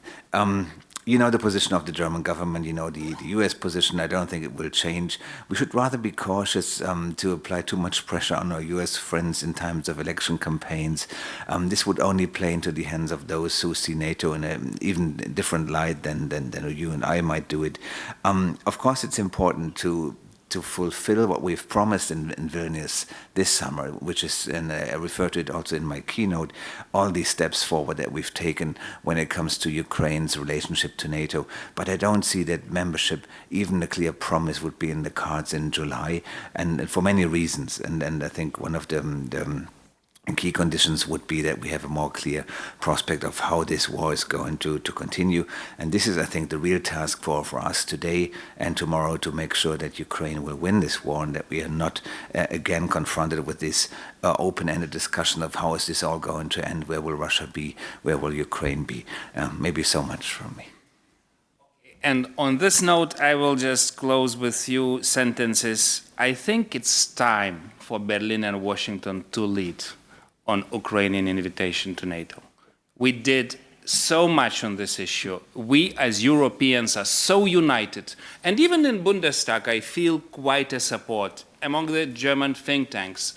But if we do not lead in Washington, I think Armageddon is coming. And the words of your minister about the war is becoming a reality. So we better do it. Matthias, it was, I understand this is official, but we still have 6 months to work in Berlin and Washington. I think we can fix it together. Thank you for this great panel. Now we have a coffee break and we meet in 15 minutes on economy. Thank you.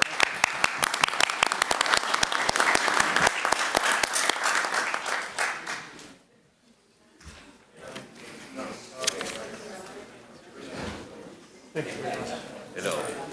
I have a close friend to Professor Xi in Berlin. He's a very nice person. I love him very much. And we have a close relationship. And we are both together in the German Taiwanese society. Already? Yeah. I was in Taiwan. Already? Yes. Last year, in the October of last year. Okay. It was a really famous visit. I love your country, really. And I promised my wife that I'm coming back to Taiwan with my wife. Oh, that would be a great honor. And I'm very happy to be here. Yeah, it's all it's our official sites, but I think I want to have some time to look a little bit on the coast and so on. Especially in summer. Yeah. Very I have just to find some time. At the moment it's a little bit, we are in a hurry in Bern, we have so much to decide, and budget problem.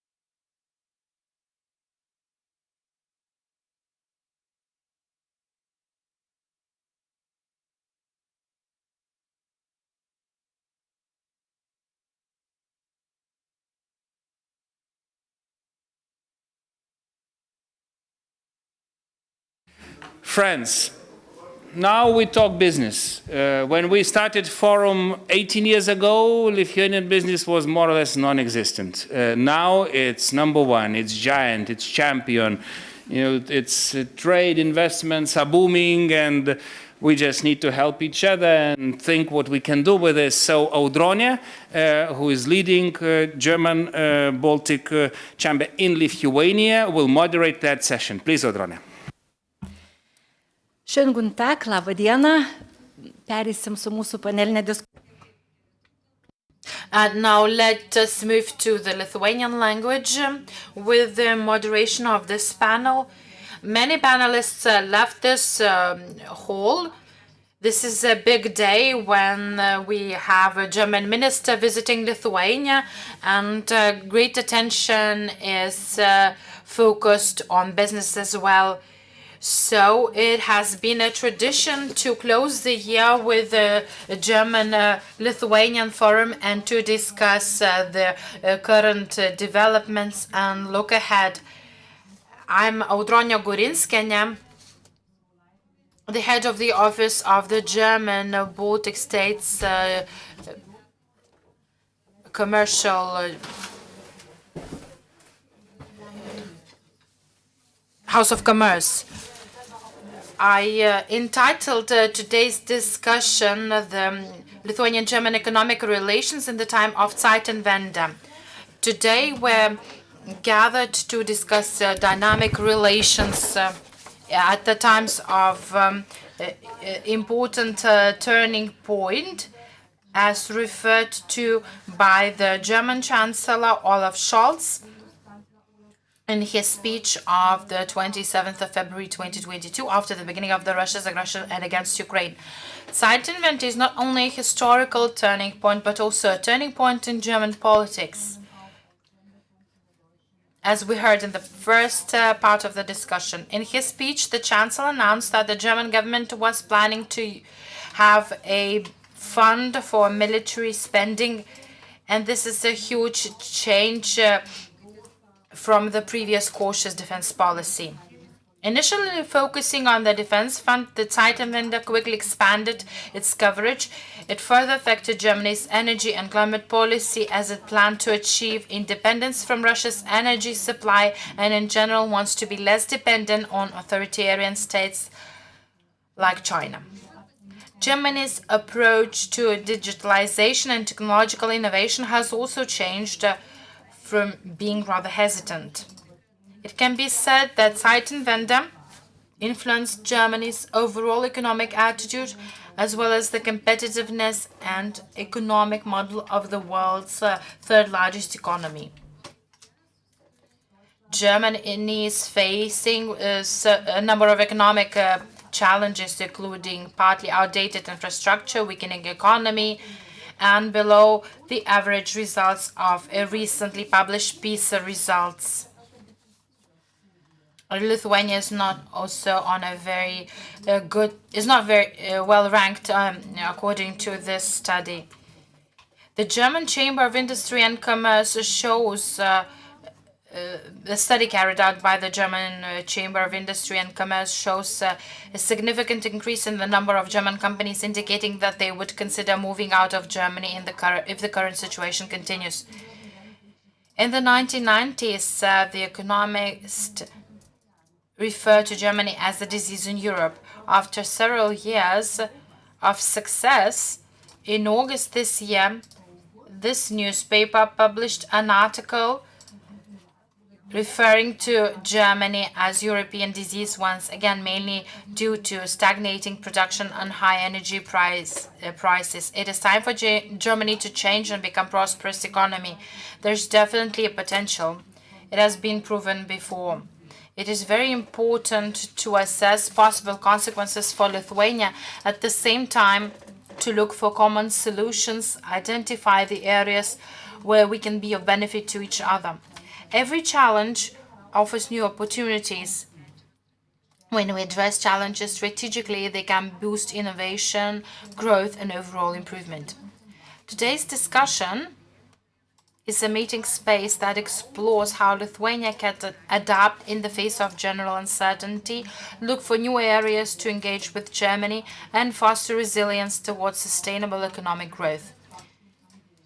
An open and sincere dialogue involving representatives from different fields is particularly important in my mind.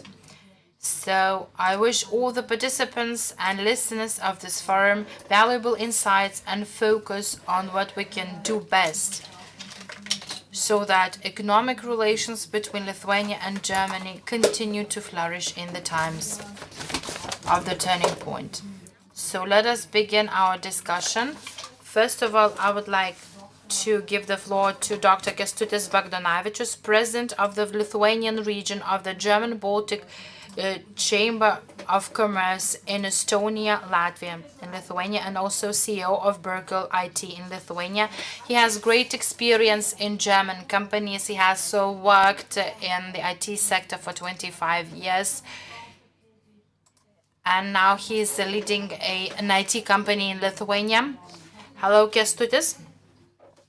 I would like to ask you to overview the economic situation in Germany, looking at its future challenges. Thank you, Madam Chair. It seems that even in your introducing remarks, there were quite a lot of pessimism.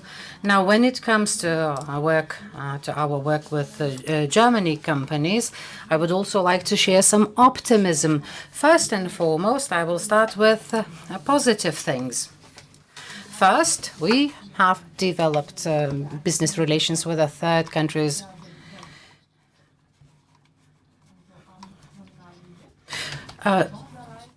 Germany has a lot of potential as the third largest economy in the world. In the third quarter of 2023, Germany's gross domestic product continued to increase compared to the previous quarter.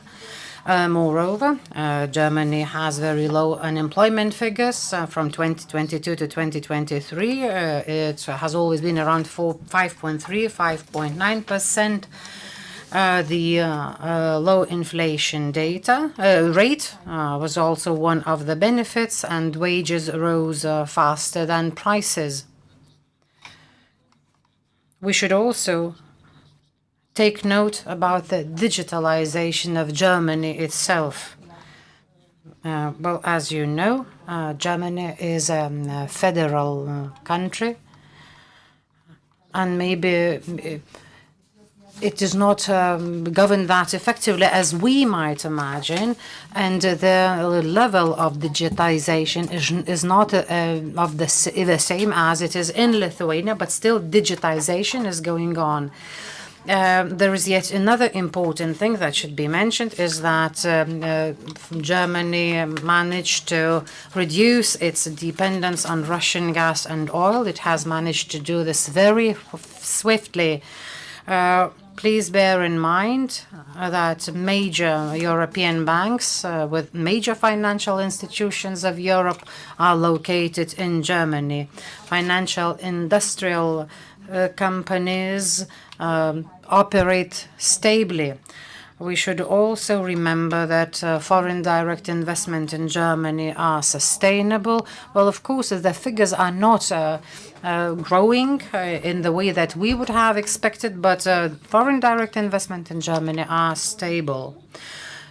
It should also be noted that for the first time in the 20 years, the quantity of FDI in Germany has decreased.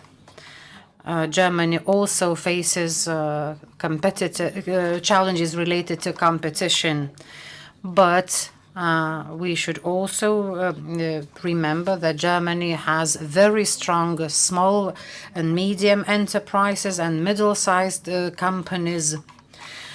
Lithuania ranks 43rd in terms of export countries of Germany out of 239, and our country also ranks 47th in terms of import countries of Germany.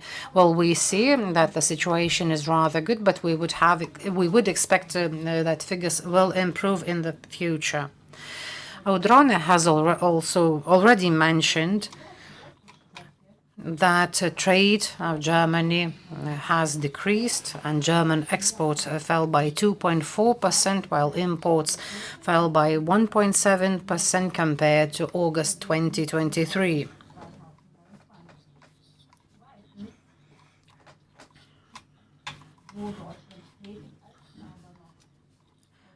Germany also faces a demand for skilled workers. Let me stress that the challenges for Germany mean opportunities for Lithuania. And all industries have increased demand for skilled workers. As Audrone has mentioned, Germany has outdated infrastructure. The major challenge that at least I regard it as a major challenge is the tendency of German businesses to relocate their businesses to third countries. And due to high costs, German companies are increasingly relocating their businesses abroad. I see that increasing energy prices contribute to the decision by German companies to relocate their companies abroad.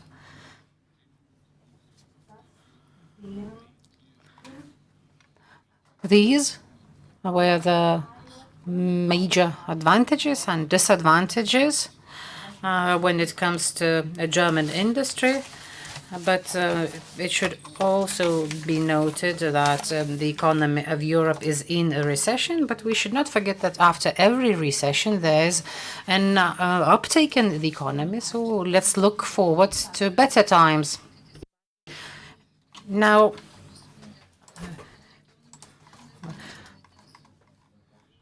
as the president of the company, you have cooperated with a lot of companies in many countries. You talk to German companies in various sectors. You talked about the situation when it comes to German economy. What do you think are the current challenges and opportunities for cooperation with Lithuania? What areas do you consider to be most important?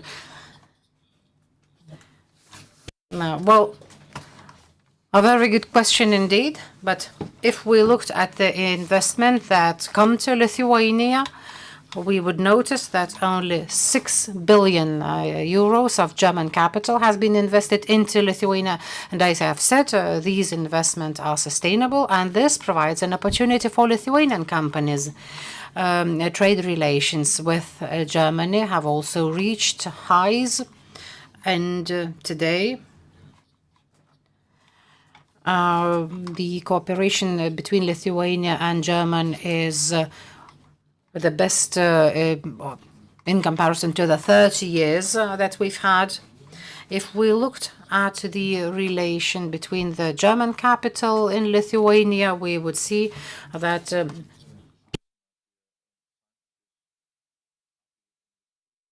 a lot of jobs have been created thanks to German capital.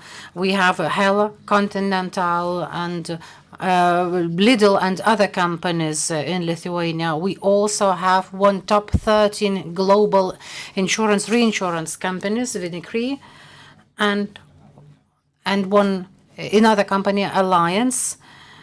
And such companies come to Lithuania having considered their long-term perspectives.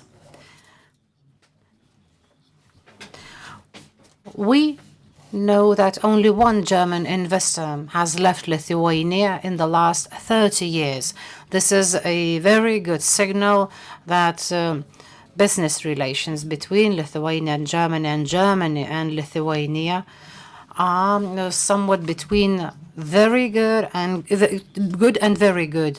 So German companies then want to get access to the Lithuanian market, and Lithuanian companies that want to get access to the German market have to make use of the Lithuanian Chamber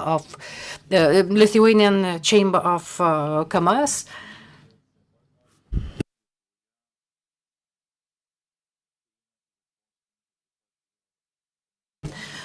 We have also noticed that IT companies are also finding their way to Lithuania. So I do understand that investors find it difficult to make decisions with regard to investing in Lithuania and coming to Lithuania, but I believe that they have long-term vision. And I have the last question to you. As a manager of a successful IT company,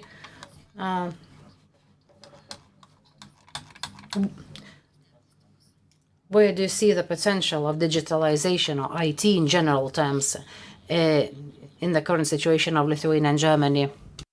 Thank you. Germany is a unique opportunity to help our companies to transform and to become more efficient, to digitalize themselves. The so-called legacy systems are outdated. We have to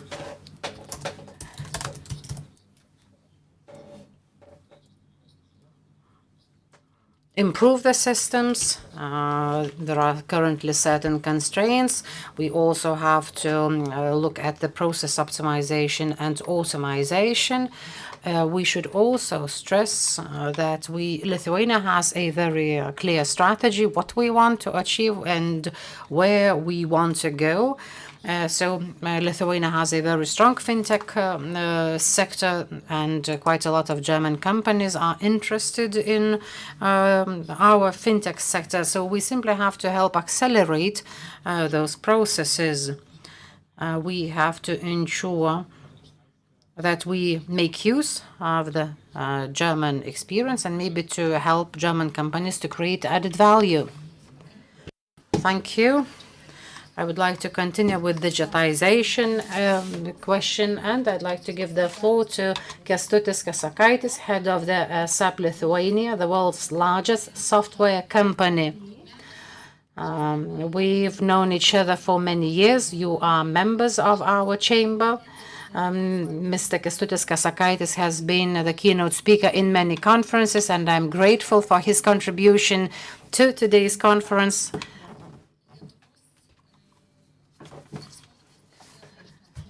Lithuania's export is one of Lithuania's strength of Lithuanian economy. Some companies have advanced in terms of digitization, and they are well known to European consumers and in general to global consumers.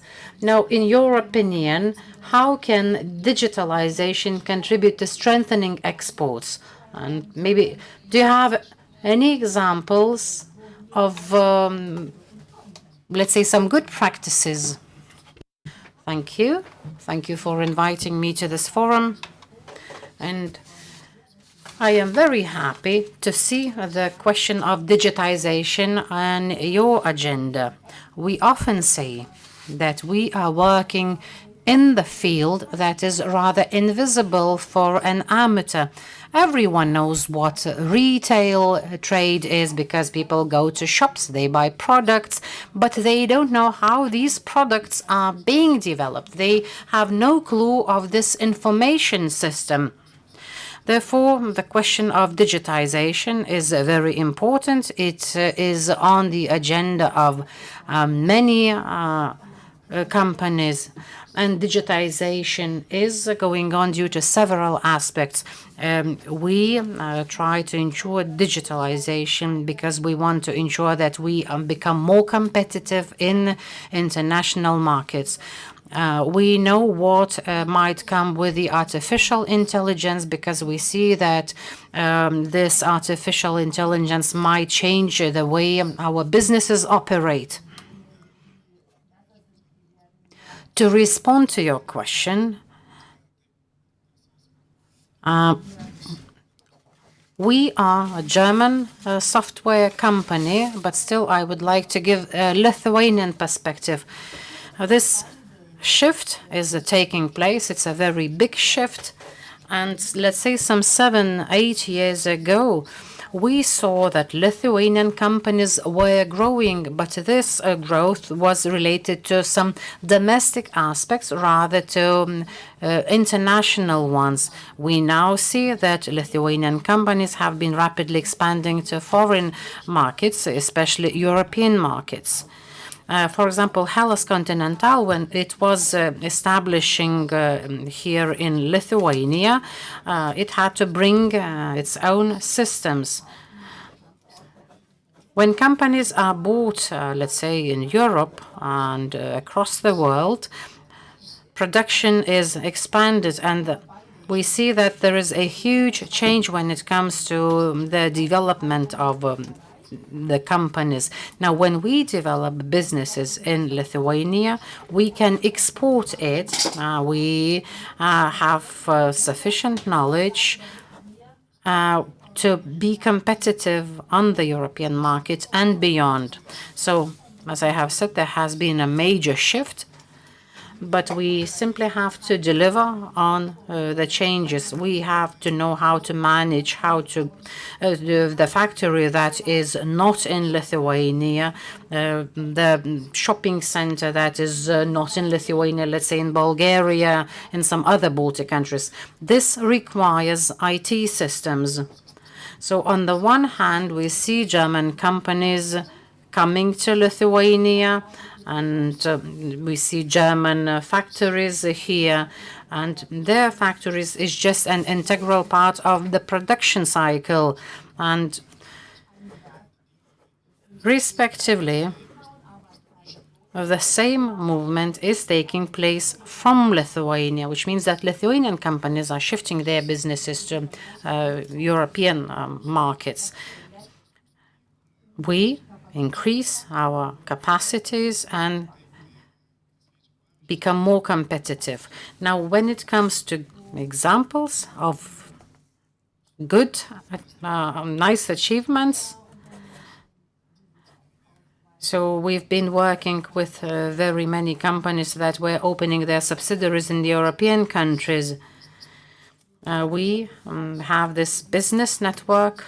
It's part of the business network when you and your capacities merge into the supply chain of other suppliers.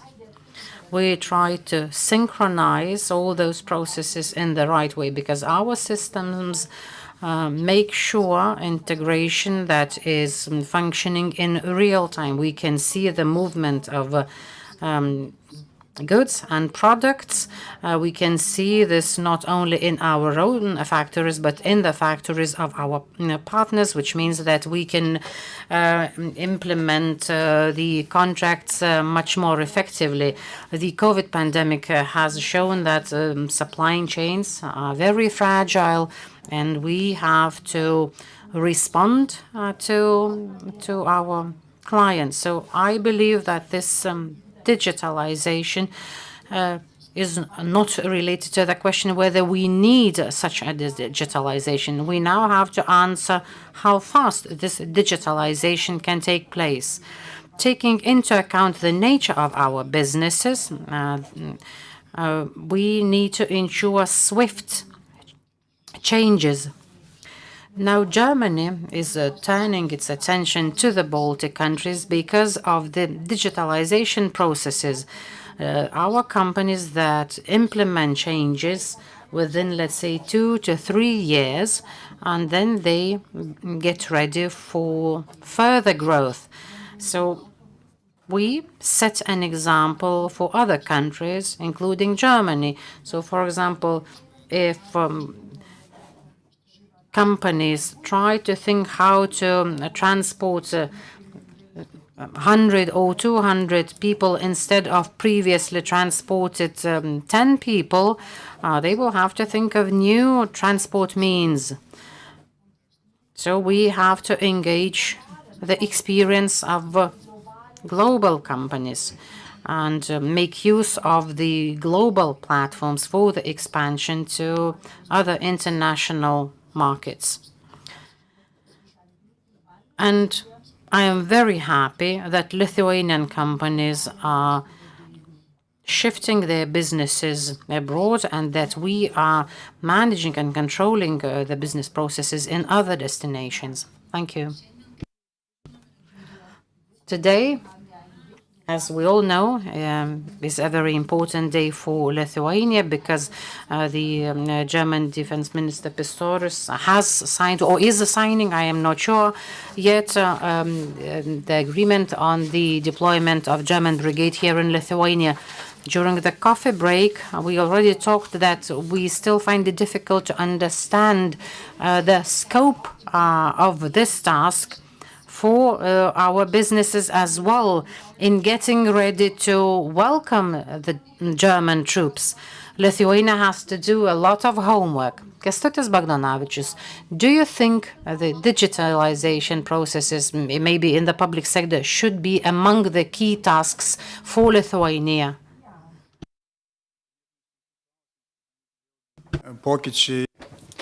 Well, this is an important question since changes in the national defense are quite complicated and they're long-term and they need careful preparation. Speaking about management of armed forces, we know that management of logistics is one of the major components to properly manage the national defense resources. So without any doubt, we will also contribute to that. 80% of NATO member states use our software solutions. But here I would like to focus on the fact why it is important, why this homework, when we speak about preparation for the deployment of the brigade and the acceptance of brigade is interoperability and proper interoperability. My colleagues will speak on that too. I mean interoperability among different players, the armed forces that will come from Germany, and this process has to be very swift because we understand that these issues are very complicated and sensitive. We speak about defense interoperability here, and our systems help to achieve that. As an example, I can say that it is similar to different warehouses of a factory, and with a brigade, German soldiers, German troops here in Lithuania will have to clearly know the situation on the ground in Lithuania and the resources they can operate. And now we discuss all the details that are very important, and the unification of certain data or metadata. So this metadata has to be unified in order to know, to have the information on arms and ammunition, on equipment. So this unification is ensured by systems that already use certain NATO standards. And in this area, we are surrounded by best examples from Nordic countries, Poland, Germany, that have great experience in building those models and data structures and logistics networks and activities of all those in order to ensure the resourcing of the troops. Certainly, this also is related to finances and accountability. And our politicians and the public should be able to know our spending, where the spending goes. Colleagues from Germany mentioned today that huge amounts, billions of euros, are being allocated for the deployment of the brigade in Lithuania. And people would like to know about the use of the funds, how the funds are being used. So these are very detailed requirements as to accountability and transparency before the public. So this accountability should also exist on the national level, both in Lithuania and in Germany. And I think that systems are behind that, and we have to trust those systems. And in fact, they should be interoperable, and we need to ensure the swiftest possible period of reaction in order to ensure or develop certain interfaces and data exchange. So this has to be operated very quickly. When speaking about the human resources, coming with a brigade will be large in terms of the German troops and our resources, human resources. Lithuania is planning the acquisition of software and equipment, and purchasing a tank, for example, is not that complicated compared to the technical support of that tank, of technical maintenance and management.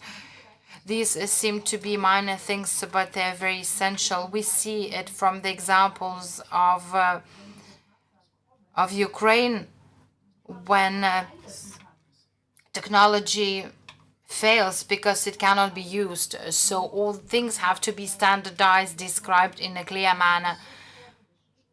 And this German approach is very helpful here, because this ensures transparency and detail. We can really follow it as an example, and we have still some time to prepare for the brigade. Thank you for Kęstutis. You spoke about Deutsche Ordnung, the German order, when you speak about the transparency and accountability.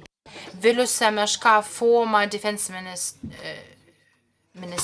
vice minister.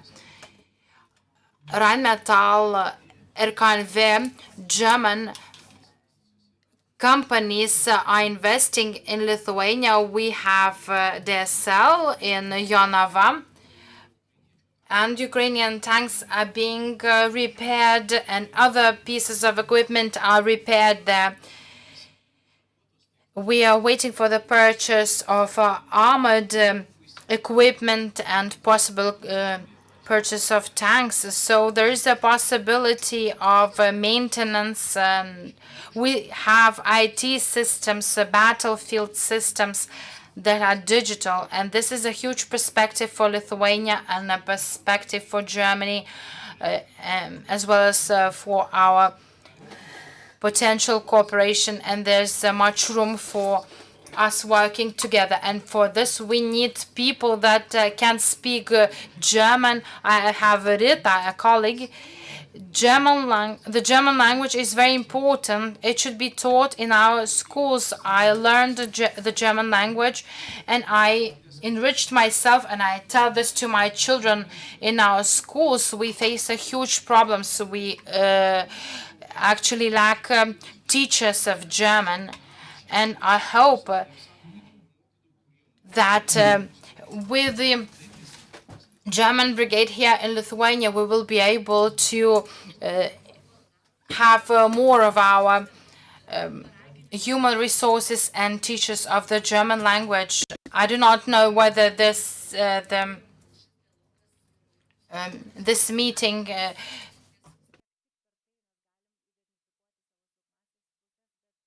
the meetings of the meeting are being made, and I hope that this will be the opportunity and the necessity for the young people in order to educate them. And now I would like to move to another topic. In addition to digitalization, the engineering industry is another very important component of economic relations between Lithuania and Germany. I would like to welcome Mr. Giedrius Valutskas, Chairman of the Board of the Baltic Automotive Components Cluster. When I present him, I ask him to introduce himself because he's very active. He's also CEO of the Progressive Business Solutions, and he is also board of the engineering industry and president of the Free Economic Zones Association. And we're very glad to have him here with us and to share his experience in the area of automotive industries. Well, it is not a secret that the automotive industry is not experiencing the best times now. What is your overview of the situation? Do you have any risks in Lithuania? Or since we are very innovative, we can see some advantages or additional challenges for ourselves? Thank you, Audronė. Yes, in reality, until this day, the automotive industry has been the diamond of the economy of the European Union. Innovative, growing, flourishing, and an example of success in the European Union that produces up to 7% of GDP and employing around 14 million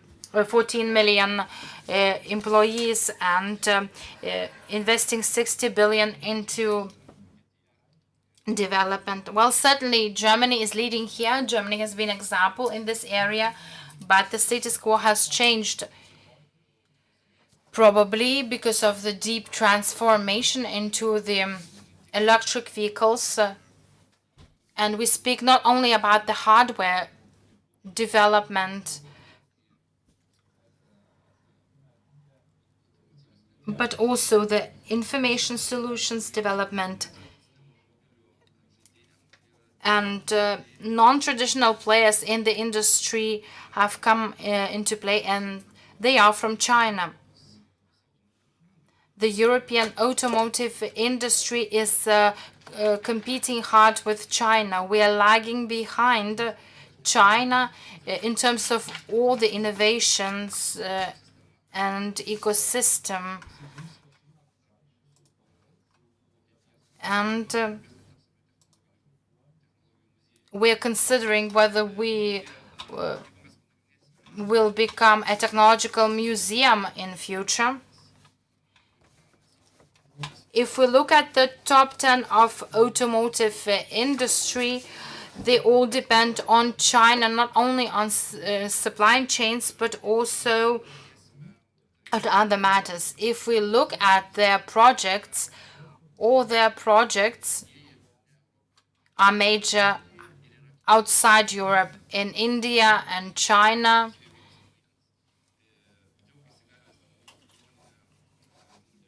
Thales has won the billion worth project in China.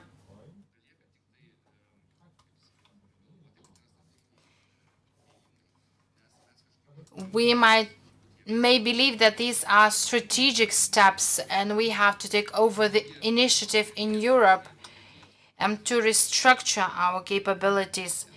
Speaking about the situation in Europe, the manufacturing has been falling in the recent 4 months. We see the number of bankruptcies as well, and this number is growing. But the good news is that registration of new vehicles is on the rise. So it gives much hope to the future economic cycle.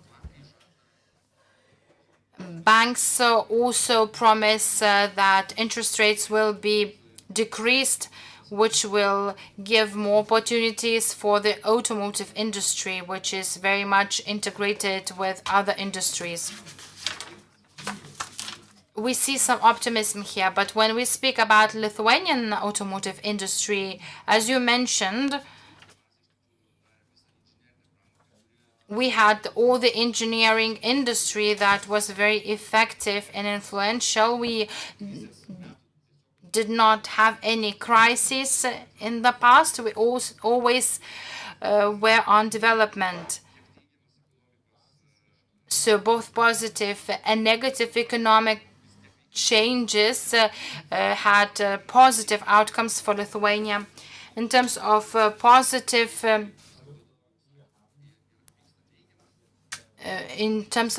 positive economic changes, we had more orders by our clients, and in terms of negative changes, Lithuania undertakes new initiatives, and we see that in terms of negative economic changes, the industry is going digital. When we speak about the automotive industry in Lithuania, we are quite different. We cannot compare ourselves to Germany, because we are on the first and second level of supply chain. And when we make a difference between national and foreign capital companies are expanding because Lithuania is a very dynamic country. And in this group of companies, we are becoming an example, and we are winners of Business Excellence Awards. This means that the investments are the most modern. And if we look at the activities of our automotive companies, the growth has been positive, and there's a development of activity. We see many messages that the Continental and Hella are expanding, employing, creating new jobs. And if we look at the Lithuanian side, Lithuanian companies are also expanding. We have Teltonika that is planning a joint investment of 7.5 billion.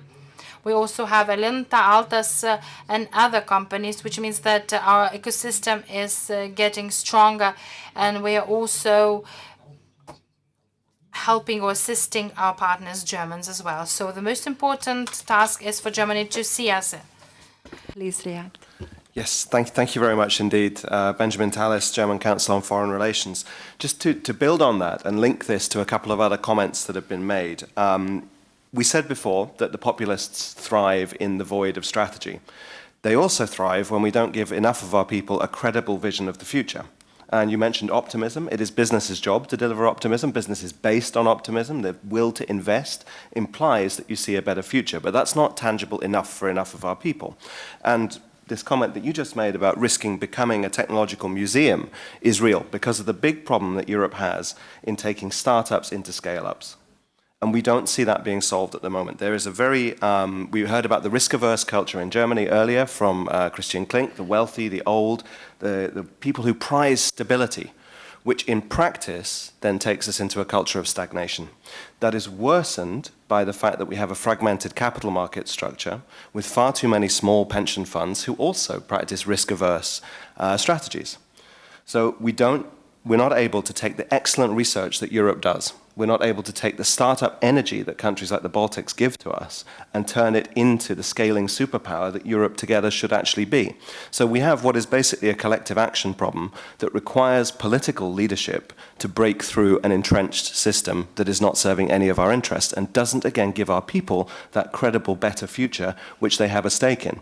The other consequence of this is that we end up paying for the green transition without profiting from it.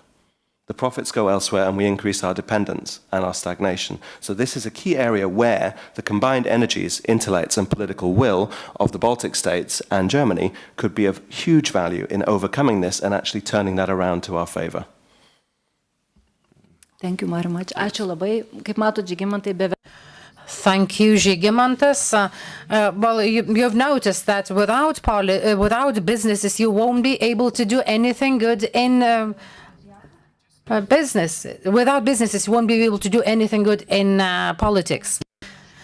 Because we already agreed with Benjamin that next stop is in Berlin. Like next year, we meet in Berlin. So, of course, we will have a lot to deal in this meeting in forming this great geopolitical military strategy. But why don't we have a great panel also on business, on like Lithuanian lessons learned with great German business that is #1 here, but trying to inspire Germany to lead even further in this area, including Teltonika. You mentioned that's another thing that is like connecting us to this Indo-Pacific world where we start to work together. But it's maybe not enough because China is still, not helping us in this area. So maybe we could add this business element as well to this Berlin forum that we create with you. Ačiū Žygimantai už. Thank you, Žygimantas, for following up on the remark. But as it has been mentioned, we are very happy that we have quite a lot of Germany in Lithuania. But we now have to make sure that there's more Lithuania in Germany. And maybe then we will be able to bring a huge delegation to Lithuania and to make a big show there. As Giedrius has mentioned, we have some automotive stars here in Lithuania, but we have to make sure that we have many more of them, because all those stars make up constellation. Giedriu, do you have any advice for Lithuania? Well, we've been thinking of strengthening the ecosystem. So far, we are still very young, and maturity is very important for us. Therefore, we have to attract investors, manufacturing investors. We have to attract various solutions and other players. One of the elements that we do need is unity. Unity in politics is crucially important, because if we attracted such players as Continental and Hella, and if we want to become stronger when it comes to automotive industry, which would consequently help to convert our effort in the military industry, we should not stop at that. We should strengthen that particular ecosystem. Well, you talked about an excellent and dynamic environment here in Lithuania. Well, I often mention to our partners that Lithuania is a dynamic country, and I put this as an advantage, and that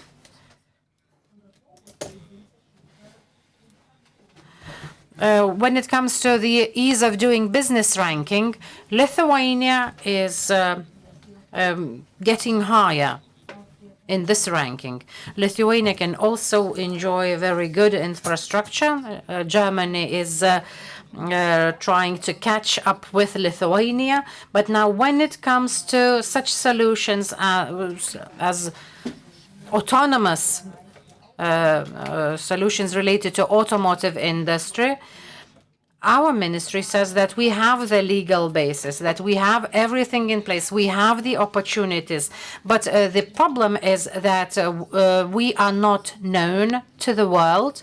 Therefore, we have to make every effort to ensure that there is greater visibility of Lithuania. We have to advertise Lithuania. There is yet another hurdle that hinders the development is the war in Ukraine. Majority of investors are unaware of the geopolitical situation, and they believe that Lithuania is at the front line, and they are scared to invest.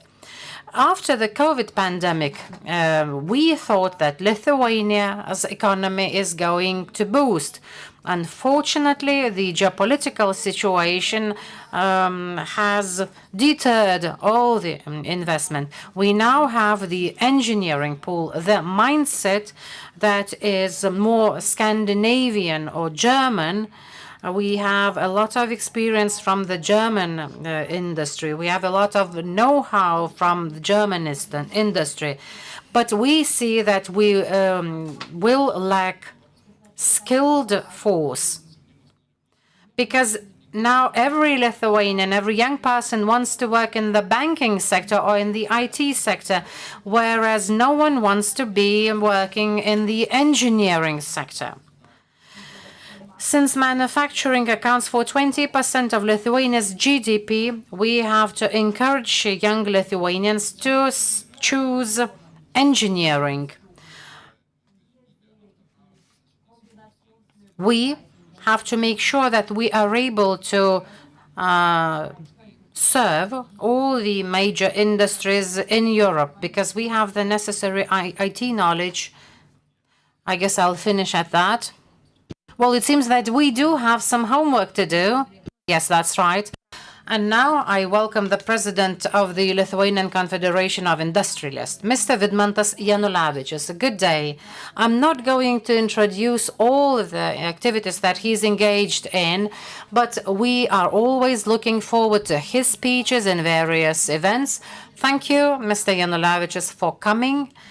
And I have deliberately kept you for dessert, so to say. So it's nice to have you. We talk a lot about sustainability, but we should also be talking about the sustainability of foreign direct investment. To your opinion, what Lithuania needs to do to ensure sustainable investment from foreign countries and to make Lithuania more attractive for investment, irrespective of the neighboring environment? Thank you. Thank you, dear colleagues. It's a pleasure to be here. I'm grateful for the invitation. Let me start from this. Germany is #1 investor in Lithuania. It has invested over 5 billion in Lithuania. A second investor, #2 investor, is lagging behind from Germany quite a lot. I have been working with Germany for over 30 years. I've been working with the German industrialists for over 30 years. And let me compare this with the BDI. Our confederation and BDI are similar organizations. It employs over 7 million people in Germany, whereas Lithuanian Confederation of Industrialists has employs over 300,000 people, which is almost one-third of people of working age in Lithuania. German BDI exports 72%, whereas Lithuanian the Confederation of Industrialists is responsible for 87% of exports. I believe that we can talk about the mini China in the middle of Germany. Why is that? As we have said, as Mr. Valutskas and Mr. Bogdanovich said, we are mentally close to Germans. Before the war and after the war, we have maintained intensive trade relations with Germany. Historically, again, we have the opportunity to expand our activities because the European Union established a CBAM, a carbon border adjustment mechanism, maybe. And this will enter into force as of 2025. Now, Lithuania can be attractive in this case. We now import approximately 60% of electricity after the closure of our nuclear power plant. We have become major importers in the European Union. But in the coming 2 to 3 years, we will install 3 to 4 megawatts of renewable energy. It will be offshore wind, land wind, and solar panels. This will provide the opportunity for German industry to have the lowest CO2 footprint in the manufactured production. As you know, from the year 2025, there will be new requirements for every production to have its own CO2. The green procurement that amounts to 6 trillion euros allows for the opportunity for German producers who have invested here in Lithuania to have the lowest CO2 carbon footprint in the coming 2 to 3 years, which means that we will be able to compete against the countries in Asia because this CBAM, the carbon border adjustment mechanism, was developed in order not to restrict the import from Asian countries, but to ensure a level playing field for all the countries. In this way, the European production will become more expensive in comparison to the production of the third countries. In the future, when Lithuania will have high generation of energy from renewable resources, in Lithuania we have southwestern winds, and this wind reaches Lithuania and Latvia and is very efficient. Therefore, investment into offshore and offshore wind would be very beneficial. And in the future, we would be able to have the sources of generation to use these generation sources for the production of products with a lower CO2 footprint. So I invite German companies to invest in Lithuania. In this area, we are taking steps forward, and Lithuania will be the best place to do so. Germany will not be able to become self-sufficient in the coming 10 years, because once there is no nuclear power generation, there are no physical possibilities to meet all the energy demands from green energy. So I see that there is a huge opportunity for new businesses, let alone defense industry.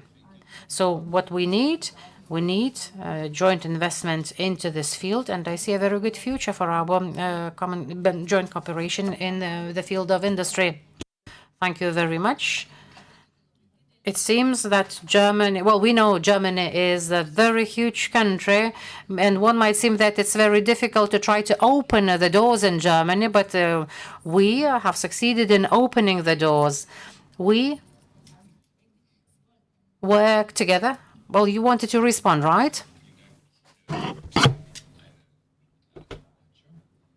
Dėkoju.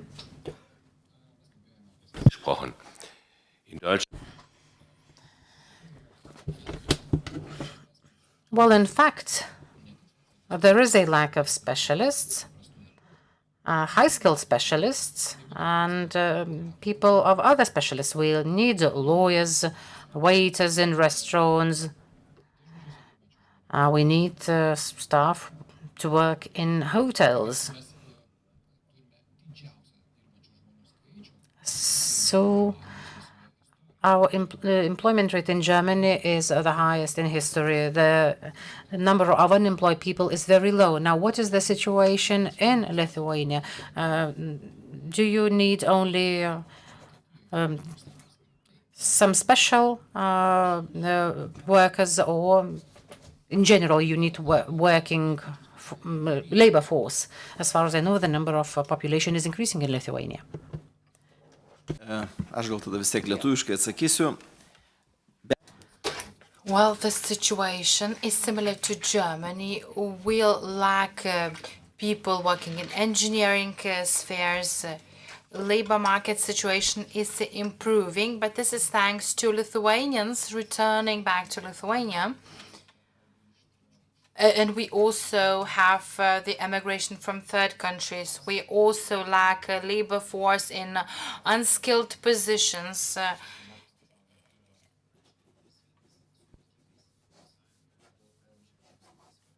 Transportation and carriers jobs are very important in Lithuania, and we invite labor force from Kazakhstan, from Azerbaijan to fill in the positions of freight drivers. The situation is not very good now, but our possibilities lie in the learning from the mistakes.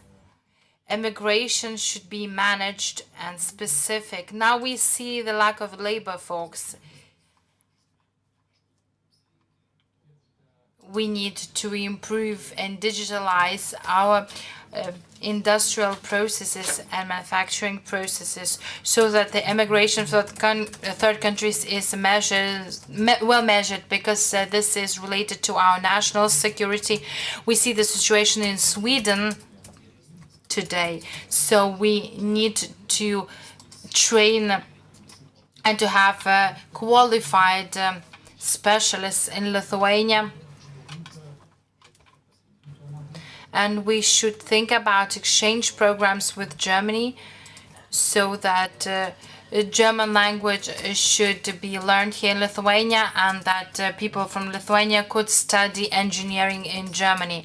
We are not leaders, but similarly to Germany, and sometimes we are way ahead of Germany in IT, technology and software development. And I think German companies could see many opportunities here. We could establish our synergies here. Certainly, we can have training programs in Germany, and with the software, we have German companies that have great opportunities to learn here in Lithuania, to expand their knowledge.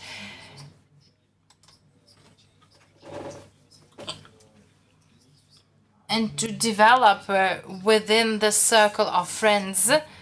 So the situation is quite similar to that of Germany. Thank you. Now, with the lack of the labor, in addition to the lack of the labor force, in terms of the large projects, we also feel the lack of funds and capital.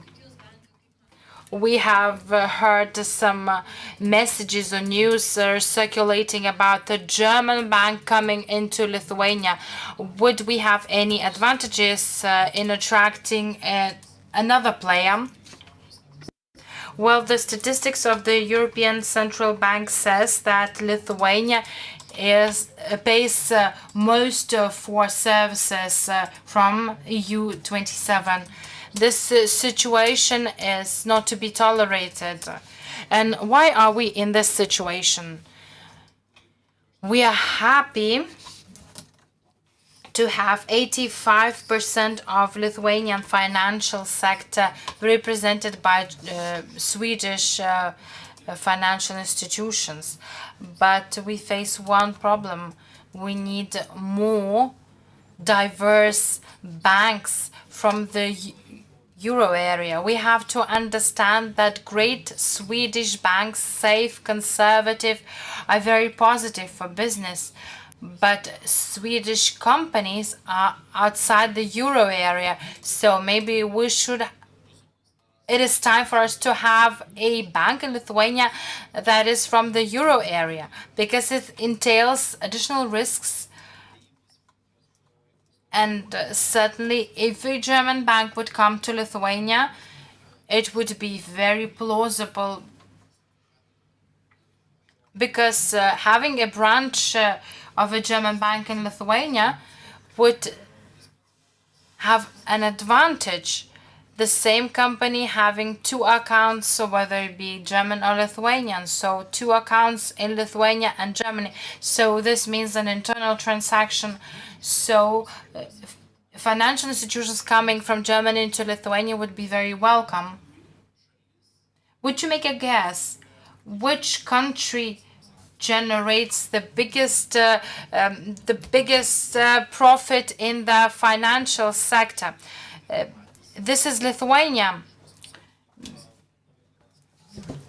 27% of returns from the own capital.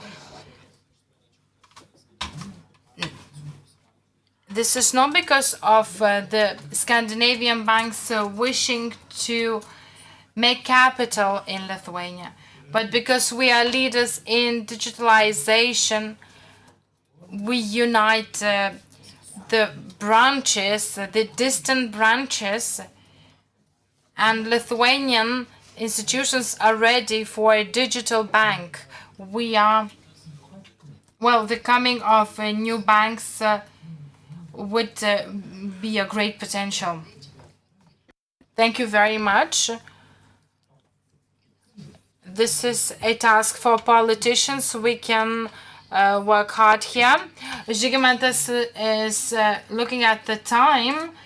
Well, I have the last question to Žygimantas. Next year we are facing 3 elections. We could speak a lot, and industrialists have prepared a lot of tasks for the new government.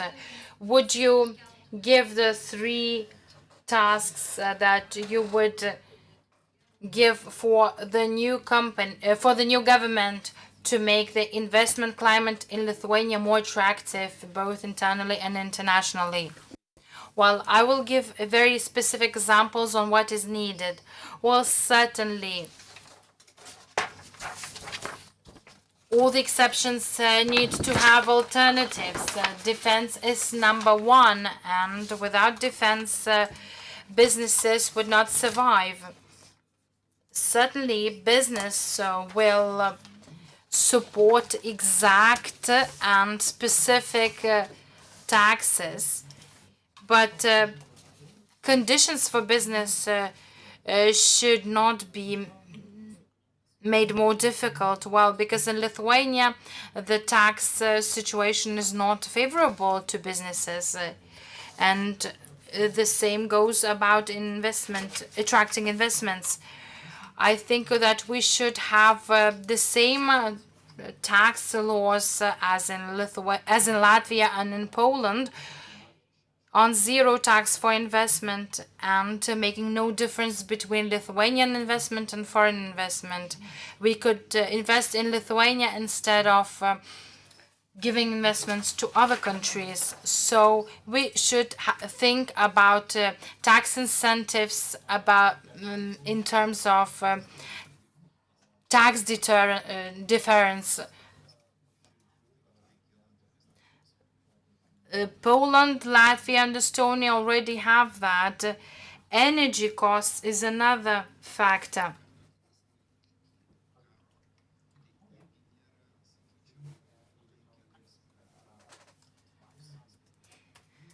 The solutions that we have now are not sustainable. We have to invest into generation sources, energy generation sources, clean generation sources, so that we could produce and export clean energy into other countries. Bringing the products would also be disadvantageous. We should have the means to protect ourselves. We have to invest also into education and also sciences in order to follow the example of Germany.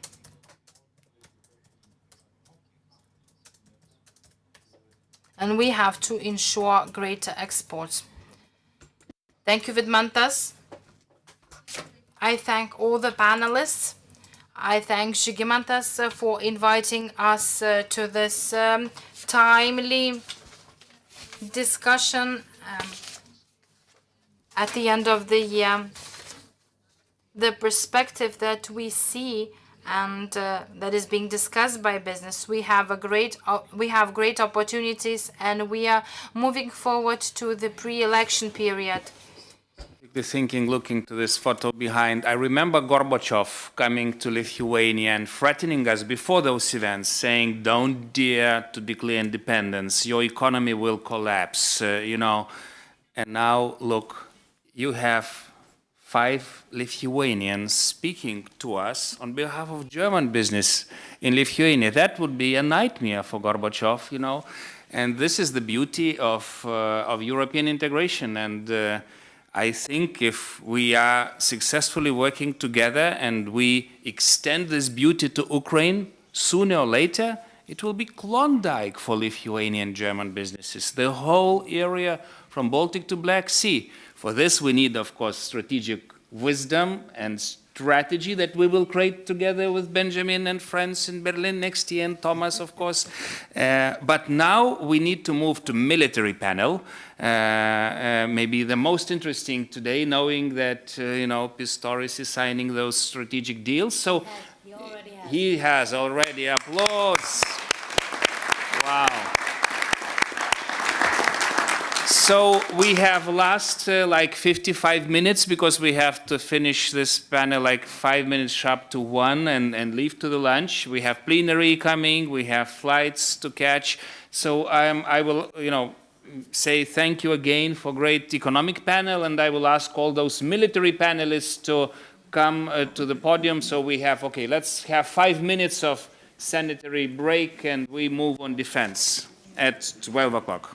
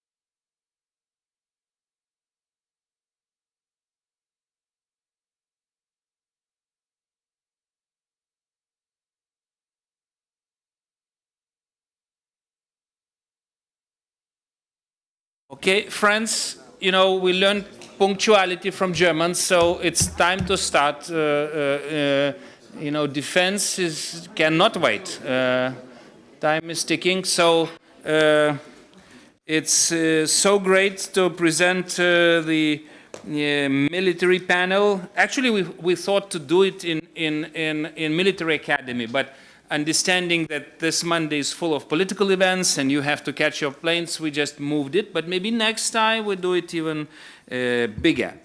So Justinai, who is the head of World Politics Research Group at General Jonas Žemaitis Military Academy, please lead the panel. I'm sure that my commandant would highly appreciate organizing this event at General Jonas Žemaitis Military Academy of Lithuania. Before introducing our insightful panelists who will debate Lithuanian and German military cooperation, please allow me to make several observations about the situation we have today. Our discussion takes place as Lithuania and Germany finalize the long-awaited agreement or political roadmap on a permanent deployment of a German brigade on the Lithuanian soil. And given such turn of events, I cannot help but wonder wherever the first General Secretary of NATO, Lord Dismay, would ever conceive of that Germany is going to be moving in Lithuania to keep the Russians out.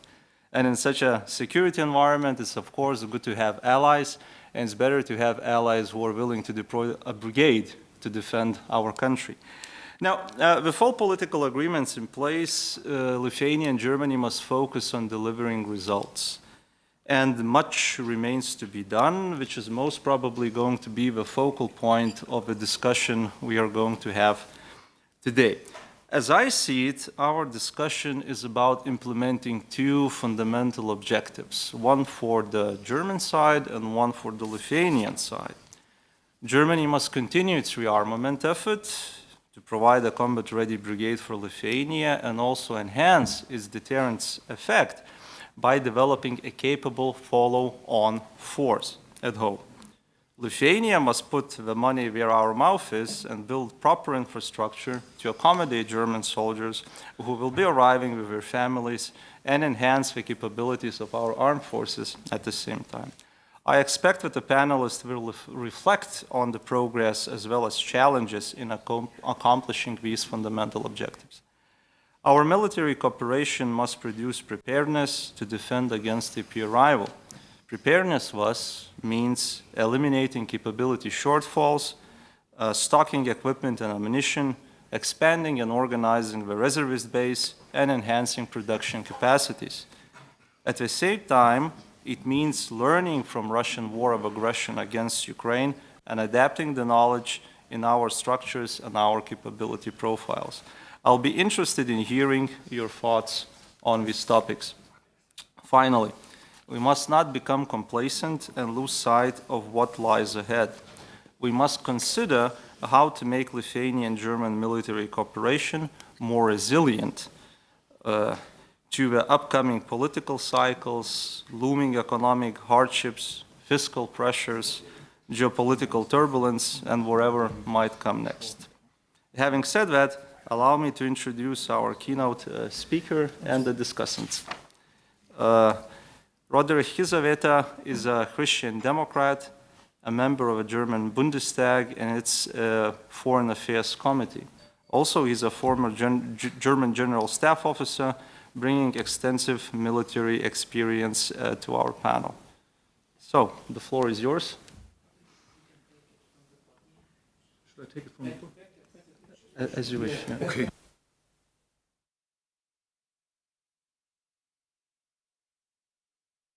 Well, thank you, Justinas. Thank you, dear colleagues, ladies and gentlemen, for the great honor of having the chance to share some thoughts with you. And I'm really grateful that I see from the ongoing discussions of today that we are very close in the challenges we have, and we can, as Germans, learn from your effort because you are closer to the threat and you have already experienced some inside threats starting in 1991, as mentioned earlier. So you feel the pressure of Russia much more. And in Germany, there is also a certain hope for mitigation, but this hope is not based on real facts in the moment. So we have to be very clear. And also, as an introductory remark, I have a very clear stance on the potential NATO membership of Ukraine. The most affordable security guarantee for Ukraine, for all of us, including our economy, including our societies, is NATO membership. At least there should be one signal. There should be one signal next year from the Washington summit that the NATO membership of Ukraine is not negotiable for Putin. So it's up to Ukraine and up to us to pave the way for Ukrainians' NATO membership, but it must not be at all part of any potential negotiation package. Ukraine is fighting for our freedom, has horrible losses, and not only therefore they deserve, because we also need to be aware what's going on in Ukraine in the next years. It's also in our hands, whether this country keeps to be a democracy, a strong one, with the way to be part of the European Union, or whether they feel disappointed and go away nobody foresees. And therefore, we really have to stand together. But strengthening our ties is important as ever, since we are seeing a global power shift, a systemic war. And I would like really to mention that there is an alliance ongoing which has a very fair and excellent burden sharing. And this alliance is, I call it CRINC, Russia, Iran, North Korea, and especially China, who are attacking us as states of the rule-based order. And this CRINC coalition is very cooperative amongst themselves. They are benefiting from each other, they are supporting each other, and they are also supporting Russia's war against Ukraine and us. So far, NATO needs to be improved to avoid untrustworthy positions. NATO must be more than a soft power fighting against hard and smart power approaches. Especially, ladies and gentlemen, if we look at the situation in Middle East, but also here in Europe with a view to Moldova, to Georgia and the Baltic states, especially Lithuania, which are massively affected by the hybrid war. Pipelines are sabotaged, turmoils are provoked. And in Germany, it is especially disinformation which is affecting the cohesion of our society. Russian propaganda, which is now also being pushed by terrorist organizations like Hamas, is having an effect on our societies. So we should not see Ukraine and Israel as separate issues. It's a war of attrition against Western societies, and we have to see this very comprehensively. NATO is so far a political union. It's used as a soft power. It has not yet proven to be in a military defensive manner, but it must be prepared for that. And the visit of Pistorius today, the visit of the delegation of the Committee of Defense Affairs of our parliament, is showing that we are learning, that we understand as Germans that we are not surrounded by partners and friends anymore, because our partners and friends are not surrounded by partners and friends. And second, Germany has relied on cheap security by United States. They 4%, we 1% of GDP. We have relied on cheap supply chains from China, and we have relied on cheap energy of Russia. And this all was wielded by the sentence, well, we can achieve change by trade so that Russia or China might transfer to so-called transformative democracies. This failed. Germany has changed by dependency. And you have shown us how it might work in your clear stance against China, where after 2 years they eased the sanctions and they came back because they need cooperation. But we only can afford cooperation on a mutual, balanced effort and not being or becoming dependent again. We put loopholes in the sanction system voluntarily. Ukraine is the only country that is really fighting and unfortunately also dying for the freedom of all of us. But it's not their function to do this. It's our idea to see this not as a function, but to defend the idea of the West. And I spoke with Emanuel Singer shortly before the last panel, And it's the question of, have we learned from the 30s and 40s? We cannot afford a second 1938 peace in our time. And we Germans must comprehend that we have created 8 million killed people in Ukraine, 3 million killed people in Belarus, several 100,000 Russians. We have killed our ancestors. And we have not fought against Russia. We have fought against the Soviet Union, a multi-people country.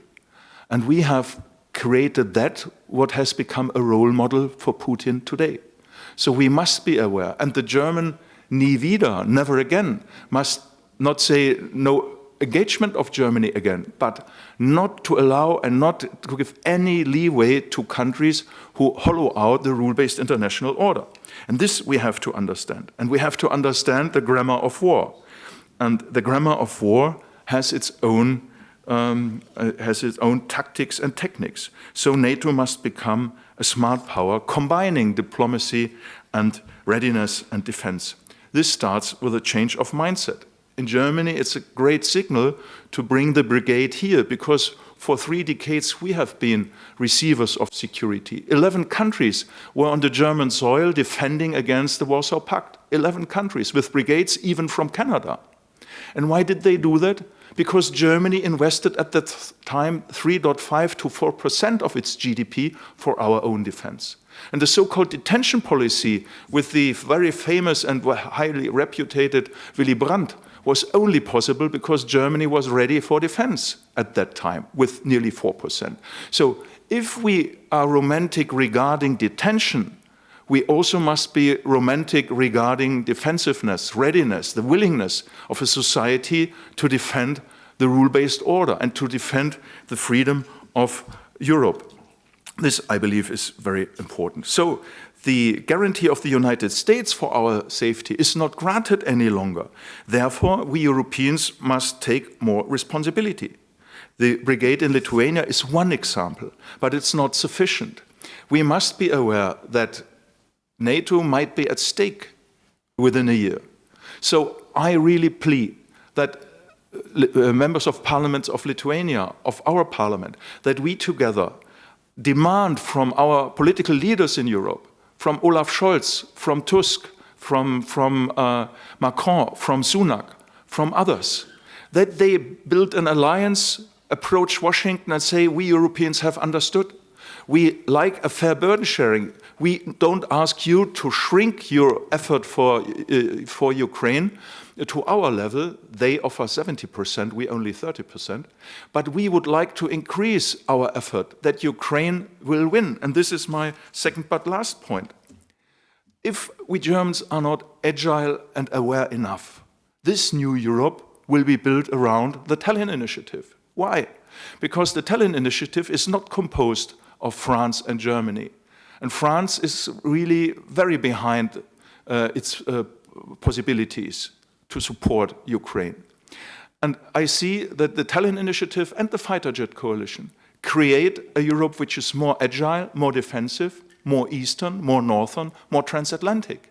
And I believe we cannot afford that France and Germany are singled out due to our faults. And therefore, it's also a plea from out of the parliament that we have to learn why this Tallinn Initiative and fighter jet coalition came into existence, because of a lack of engagement in the center of Europe. And we need to do more, because there's the potential, the economic potential. But there is also the responsibility due to our past to bring Europe as a clear transatlantic co-pillar for the defense of the rule-based international order against CRINC. So we need security against Russia. We need a common goal and strategy of containment towards Russia. So this defense preparedness and combat readiness needs a stronger and more effective NATO. That's the reason why Finland and Sweden joined NATO and not enhanced the European Union, because NATO is the credible factor. The military rearmament, 2% as a minimum, better 3%. Lithuania did spend more than 2.5%. You are going versus 3%. And Germany, we will hopefully reach 2% with some shifts in the course of the next year. Yes, it's good that we say we want to achieve 2%, but it's the lower base.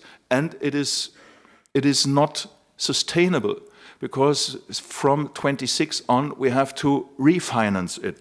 And therefore, it is of utmost importance to have a common endeavor, and also a nice, benign pressure from our neighbor states that you expect more from Germany. I'm grateful that Lithuania is investing massively in the infrastructure here for the brigade. Pistorius has decided not to deploy an existing brigade, but to reorganize the unit.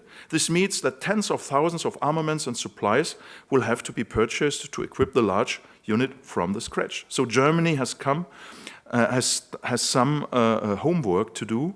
Until now, we miss all our promises and goals, but we would like to achieve it by the beginning of the next year.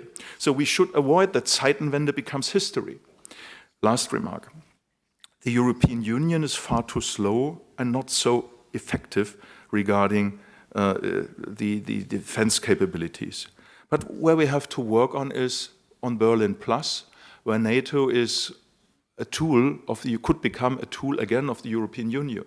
So therefore, we have to work on Hungary and on Turkey, not to stop Berlin Plus again, where United Kingdom has a strong role, because Dieter Kerr, as a British officer, is leading NATO operations for Berlin Plus. The only one which is still in existence is EUFOR in the Balkans. But it deserves the political diplomatic endeavor of some member states of the European Union and NATO to convince Cyprus, Northern Cyprus, Greece and Turkey to name the price tags for a better cooperation and to overcome all the impasses we have perceived in the last years in the cooperation, military cooperation of EU and NATO. And we have only Ireland and Austria being non-NATO EU members, so there must be a chance for a stronger NATO pillar inside the European Union, and probably we will need this.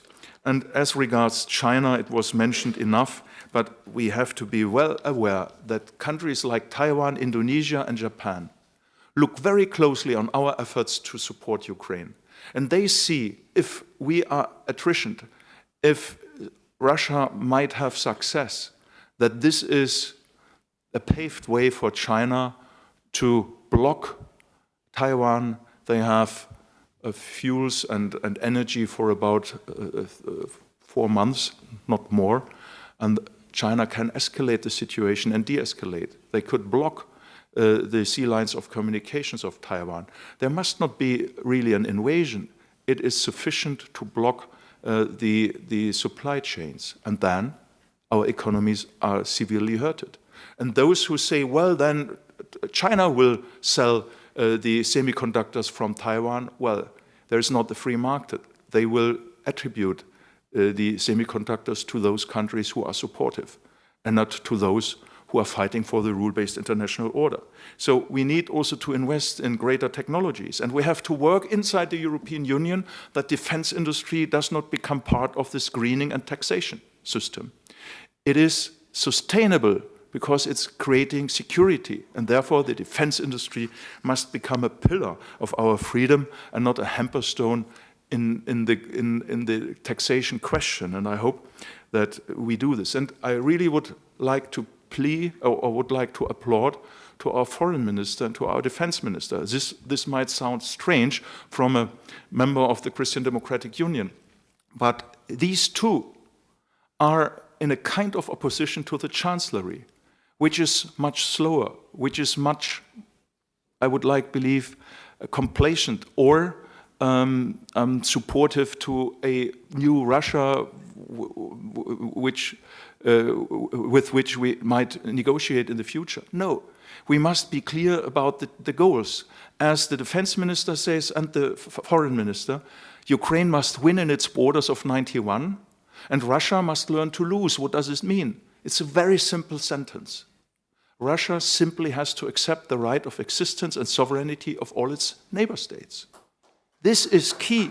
And if we could change this also in the German government, we are supportive in the CDU, then we need, and this is my last remark, we need the willingness to convince our population. they need orientation, they need attitude. And we cannot build only on opinion polls.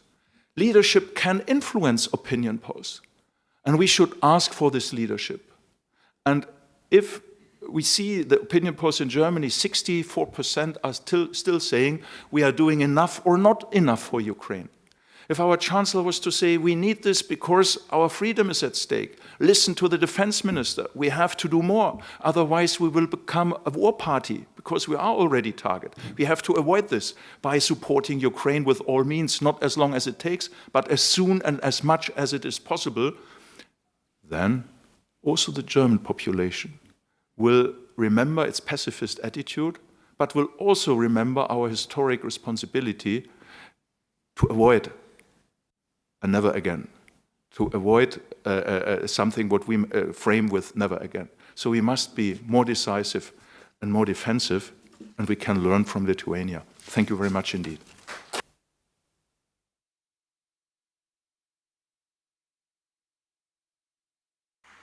Thank you very much, Roderick, for your blunt and insightful remarks. I would like to open the discussion. For that, we have 3 panelists, and I would ask each panelist to limit their remarks in the interest of time to 5 minutes, most probably. And during the keynote remark, I noticed this German strategic trilemma about the reliance on the security guarantees from the United States, then the reliance of economic prosperity on trade with China, and then from energy dependence from Russia. And here comes the traffic light coalition, and during the term of the traffic light coalition, it becomes clear beyond a reasonable doubt that this model is not sustainable. So with that remark, I would like to invite Sara Nani, who is also a member of the German Bundestag and the speaker for the Greens on security policy, to share her ideas. Thank you very much, and also again for the invitation and to speak about the military perspective a bit. But I want to speak about something else, which I consider is the elephant in the room, and that is money. We are going through a budget crisis in Germany at the moment. I thought it would be finished last week. Now we have the first people in the coalition who are taking into question whether or not the agreement should sustain. And I was listening very well that during the last panel, one of the panelists was proposing tax cutting for investors and so on. I think as democracies, we have to understand that low tax means low security. We cannot undermine the material capacities of our security by promoting neoliberalist tax policies. Why is it important for security? If we look at our biggest challenger at the moment, which is Russia, and the second biggest is China, we just have to look what they are doing. How much money do they invest in the military? And how do they share the burdens among society? And in Russia, you can see that the population is rather poor, has a very low level of education. People are not well off at all, besides some of the oligarchs, because Putin is investing so much money in the military. This will not be the path for Europe. So what to do?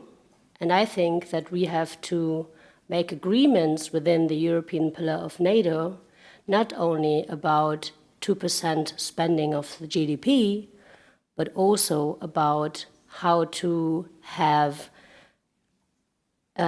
less competition on low taxes for businesses in order to, I would not even talk about increasing our capacities, but maintain our financial capacities. If we are not looking at this closely, we will get very serious problems. I want to talk about money with you because for Germany it's a big problem. And I understand that it's not intuitive to think that money is a problem for Germany, especially not after the Chancellor has declared a 100 billion bill for the military, but it is.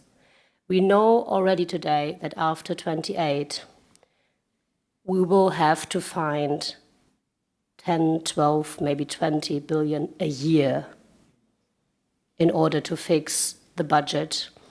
And I'm only speaking about maintaining the level of policies.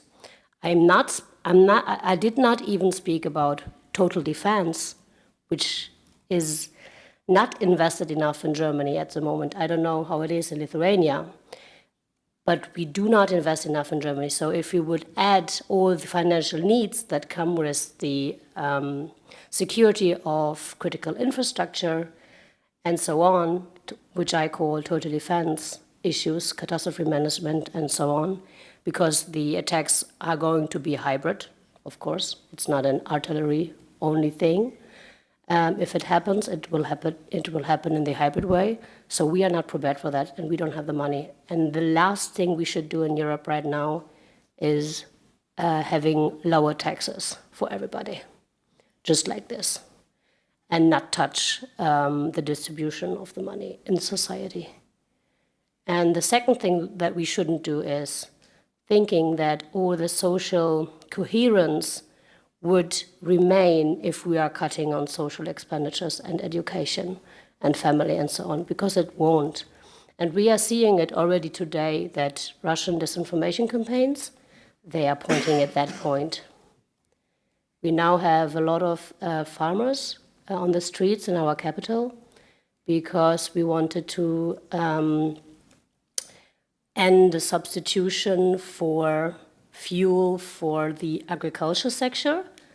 And I was seeing some numbers, and I see that it is a problem for some of the agriculture businesses, but the problem is rather small, I would consider, as a defense politician, but the mobilization is huge.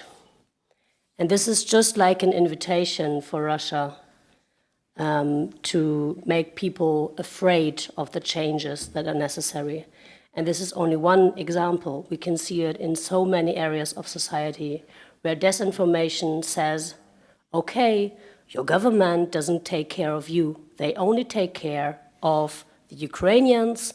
They take care of people who need humanitarian aid. They now take care of the security of the Baltics, but they don't take care for their own people. That's the message Russia is sending through their channels, and we have to tackle it, but not only on a narrative level, but in some substance. And therefore, financial issues are, I think, the most important security-related issue for the 2 years to come. Thank you very much.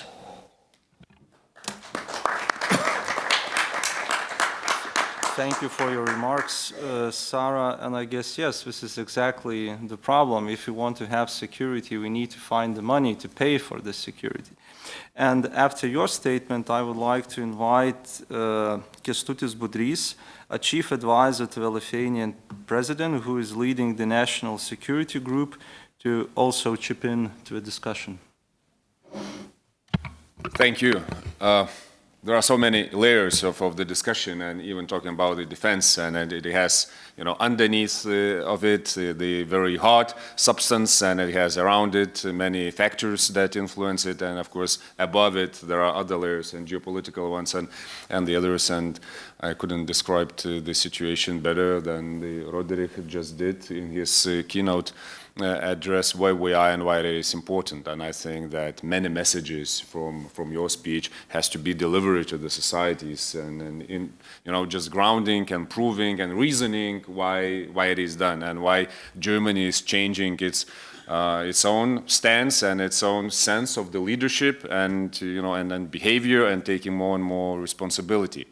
So today, as it is a big day in Lithuania because of the signing of the roadmap, if you would open Lithuanian news outlets, you would see that it's, in the front position, many German and Lithuanian flags and photos, and there is something to remember and to celebrate. But I would like to to make my couple of comments around this agreement and its implementation.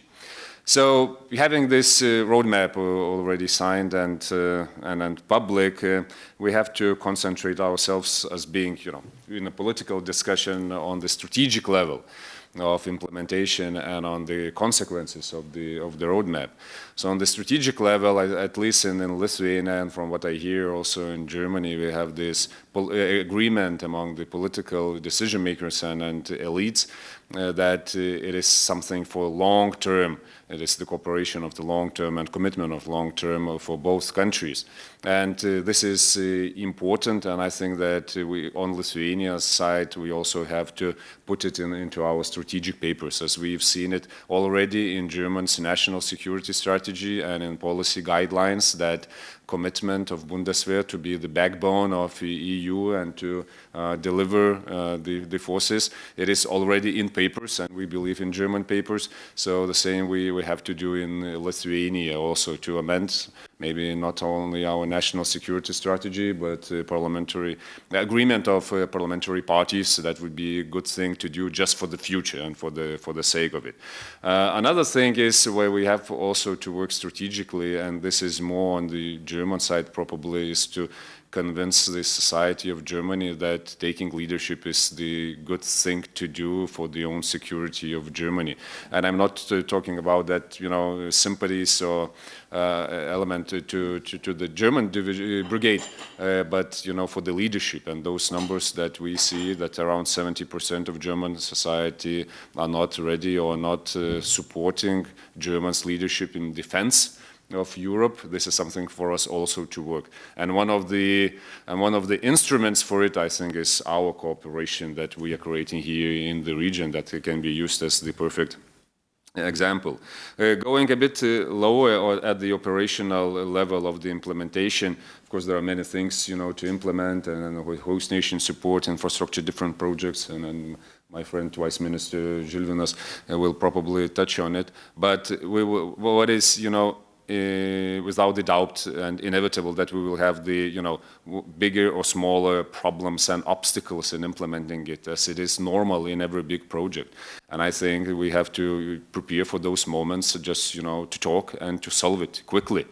And then not to make a big problem out from the same, from the small fact that something is, going not in the line as it has to be. I'm not talking about the questioning the project itself, but about the, terms, about the, some conditions, about some, some efforts from the hostile neighbors. Russia, Belarus was mentioned already, trying to jeopardize, at least informationally, our efforts. So we will have this, bumps there and there, so we have to be prepared institutionally, politically, and at all the levels. Institutionally, I think we are very well established. The cooperation between our ministries of defense is excellent, and I think that it will continue. Doesn't matter what the elections next year will show.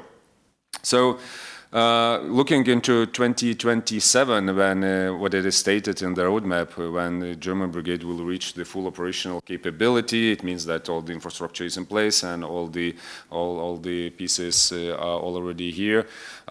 We will talk, and I'm happy that you are talking in German about it. We will talk about the war-fighting capable and operationally effective unit, and I think that before that and at that moment, this would be the very big, impetus and push for Lithuania also to talk about our military as war-fighting capable, together with the German brigade here, because this will be the forces that will be first in line. Because I think we still lack this, in-depth discussion as you have. And it's not about questioning our military forces. It's not about that. It's about the criteria that we are putting in front of it. So this change of criteria from EFP, just postering and showing that NATO is here, reassuring we are going to the war fighting criteria, and that means that it has to have everything with it. Ammo, supplies, support for all those days till the military tasks are achieved that are put in front of us in different plans, operational plans included. So this criteria will help us also in Lithuania to develop what we are trying to achieve here strategically.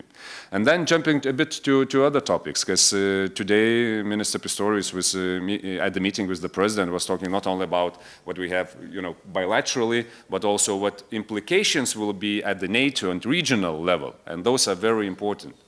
So.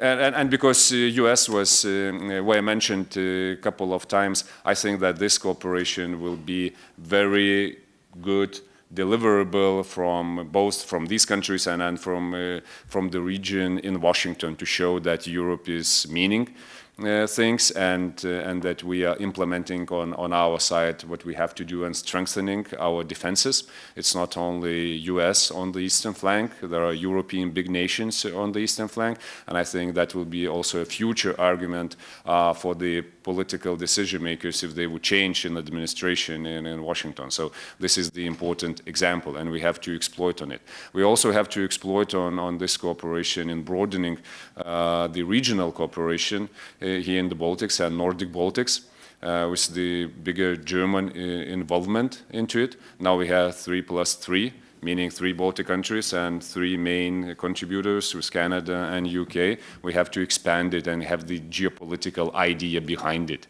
It's not only land component, it's not only Lithuania. This is the region, this is the Baltic Sea, and then this is the defense against big enemy. So we have to work on this one. And of course, all the other elements that would strengthen our defenses, and those were mentioned, the investments in the defense industries, and then here in Lithuania and in general in Europe.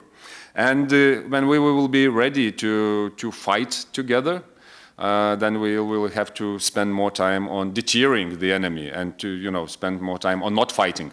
So only then, and for credible deterrence, we will need more forces to be ready to reinforce what we have here already posted. So then we'll look more closely from Lithuania side at least to the division status of Germany, of other allied forces that will be or we would like to be present in the case of the crisis in the region, and there are many more things to do then, because we understand that it's not about the German brigade that will defend only Lithuania, it's about all the system. And in that system, the speed and the speed of the decision making and the speed of the reinforcement will be critical. And for that we have to have the working indicators and warning system, and now it is reshaped in NATO, credible and the one that would help us to increase when it is needed and not post factum.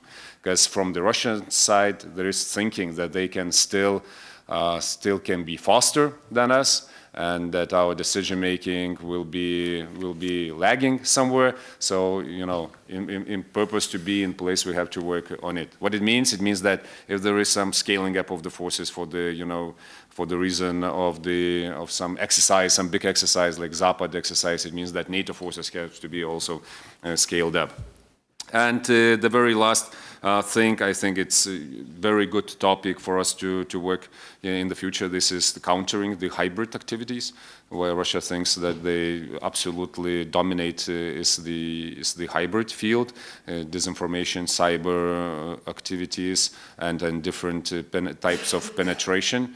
So in this one, I think that in Baltics and in Lithuania in particular, we have more experience and we have the broader scope of different tools that we already apply that still need to be applied elsewhere in Europe.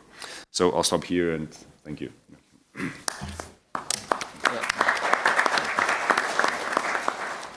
Thank you for your remarks. Now I would like to invite the Vice Minister of our MOD to deliver his final remark.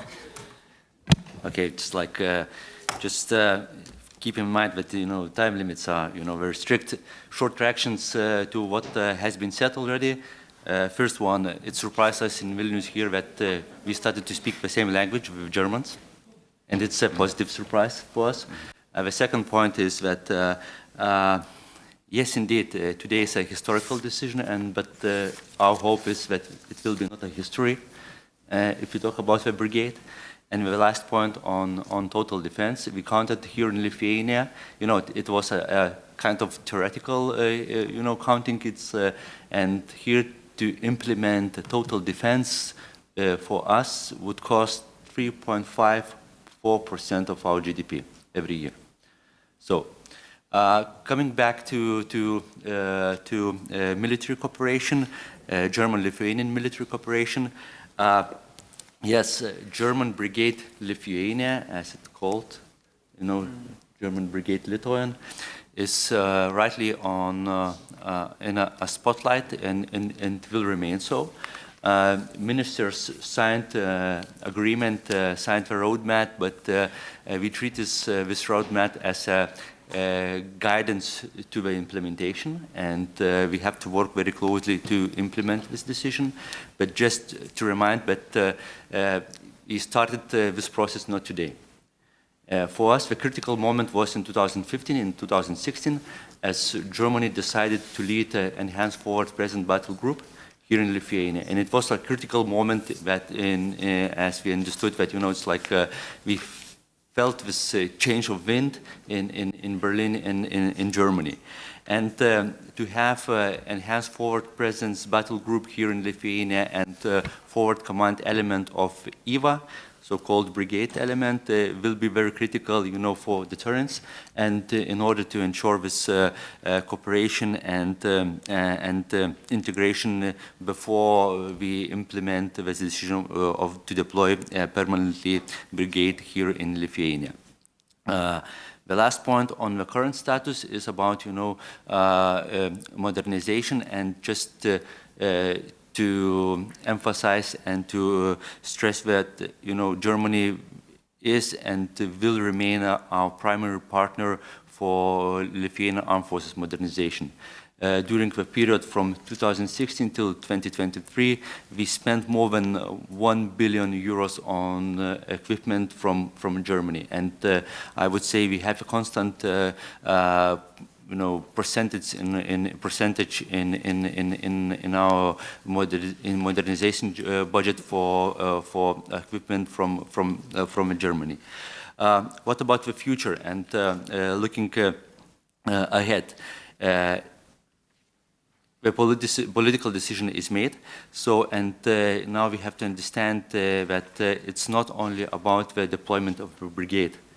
Deployment of the brigade will have a very comprehensive, aspect and effect on bilateral cooperation, be it, between our militaries or, state and societies. And it's about the decision not to close Germans and to build kind of German cities in Lithuania, but to integrate Germans in our society, and it's very important.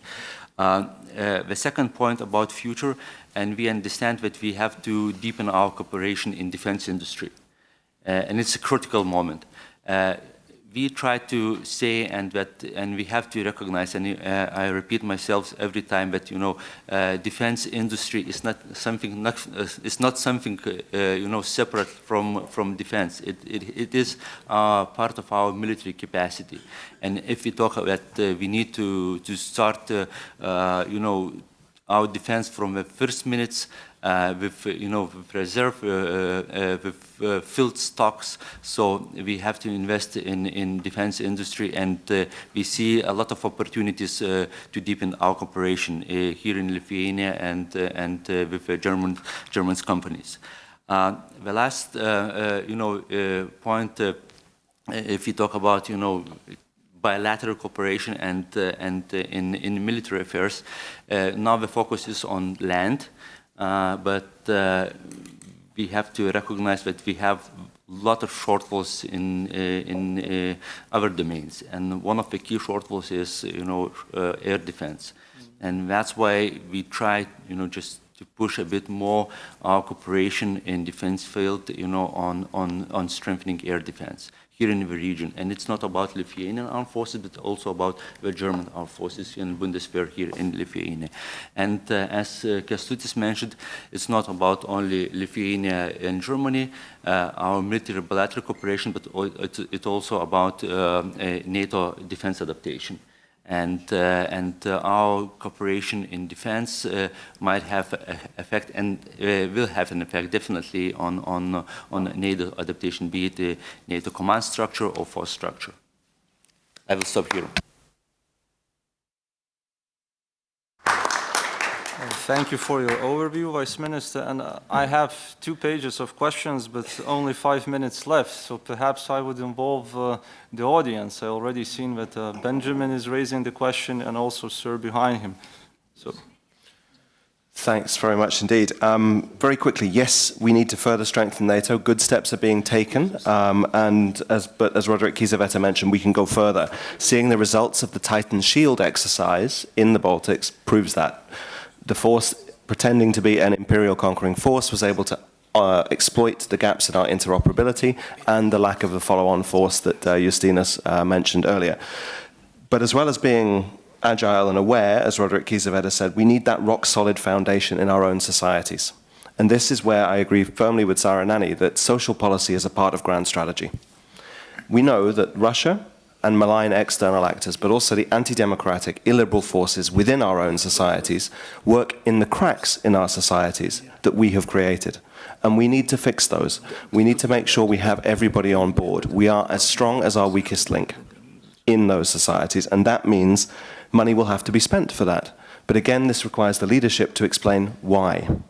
And with that, there's a political job to be done of understanding what are the savings we have to make in economically tight times, but what are the savings we can't afford to make? And again, making that link to investment. So I guess the question is about the savings, right? What kind of savings we can afford to make, and what kind of savings we cannot afford to make. It is, indeed. And how that relates, and the last point is, how do you balance that? And the politicians in the room, I would love to have their feeling on this, because we need to harness the dynamism of free societies too. We need prosperity to pay for all of this. So getting that balance right is what we need to do, and we're looking forward to working with you on that. Thank you, Benjamin. I promised another question. Please keep it very short. Thank you. I will be very brief. My name is John Luff from Chatham House, another British voice. It's very good of you to accommodate us here at this gathering. I wanted to just address this issue of Ukraine's NATO membership. I was speaking to a leading Ukrainian analyst last week who said to me bitterly that Ukraine's best chance of joining NATO will be when the United States leaves the alliance. And that was a comment that was made kind of half in jest. But I think we have to understand that we're creating this kind of mood of some desperation among those people in Ukraine who have to think about these things and deal with them. The message that I would like to see coming from Berlin, given that Germany will be hosting the Ukraine Recovery Conference next year, is that to rebuild Ukraine, we have to provide Ukraine with security. There is no other option, because the investment will simply not arrive. And I don't think our politicians yet have got their minds around this issue. So with that, I would like to move to the closing statements, maybe 1 minute for each, and I would like to move in the reverse order, so feel free to pick up on the questions you have received. No, I think it's like, as I said, it seems that we speak the same language, but the thing is that we have to work with our societies, and it's very important to send the message and, just to our societies. And this is the challenges, I guess, here in Lithuania, but, the bigger challenge in Germany. And that's why, we have such kind of events, and that's why, just try to speak and to send the same messages, in such events. Thank you for this opportunity. Kęstutis, please. Thank you. I think that, yes, on this defense spending, it's an important question to any politician, especially when the elections are coming. I think that the question of priorities is easier answered when there is the threat perception, such as it is in Lithuania right now. And of course, you cannot transfer it to other societies, and it's absolutely obvious when the enemy is the next door and that you have to spend more. But it helps with prioritizing what to do next. On the other hand, of course, it opens then the door, to the discussion on the taxation in general, reviews. Now we have the discussion started on the defense tax as the additional one. Of course, you cannot avoid this one, but I wouldn't be, I would be very cautious not to make it, as the, interchangeable, so substitutes like a guns and butter problem, because then you just, stuck and then you cannot move forward, whether we are spending on pensions, for example, or no. So you have to, very wisely combine those two. On NATO, Ukraine, and US and Europe security, this is the, something to work on in the future. Last week I also got one of the questions, whether you would be so much supportive of Ukraine membership if you would be, almost guaranteed that US is leaving. US is leaving NATO. Would it change your then perception of everything what we have to be in the future? I do not have the clear answers for it. One of those are, of course, we have to work more on the European defense, that's for sure, and to support Ukraine now. That's the short answer. Sarah, please, your final remark.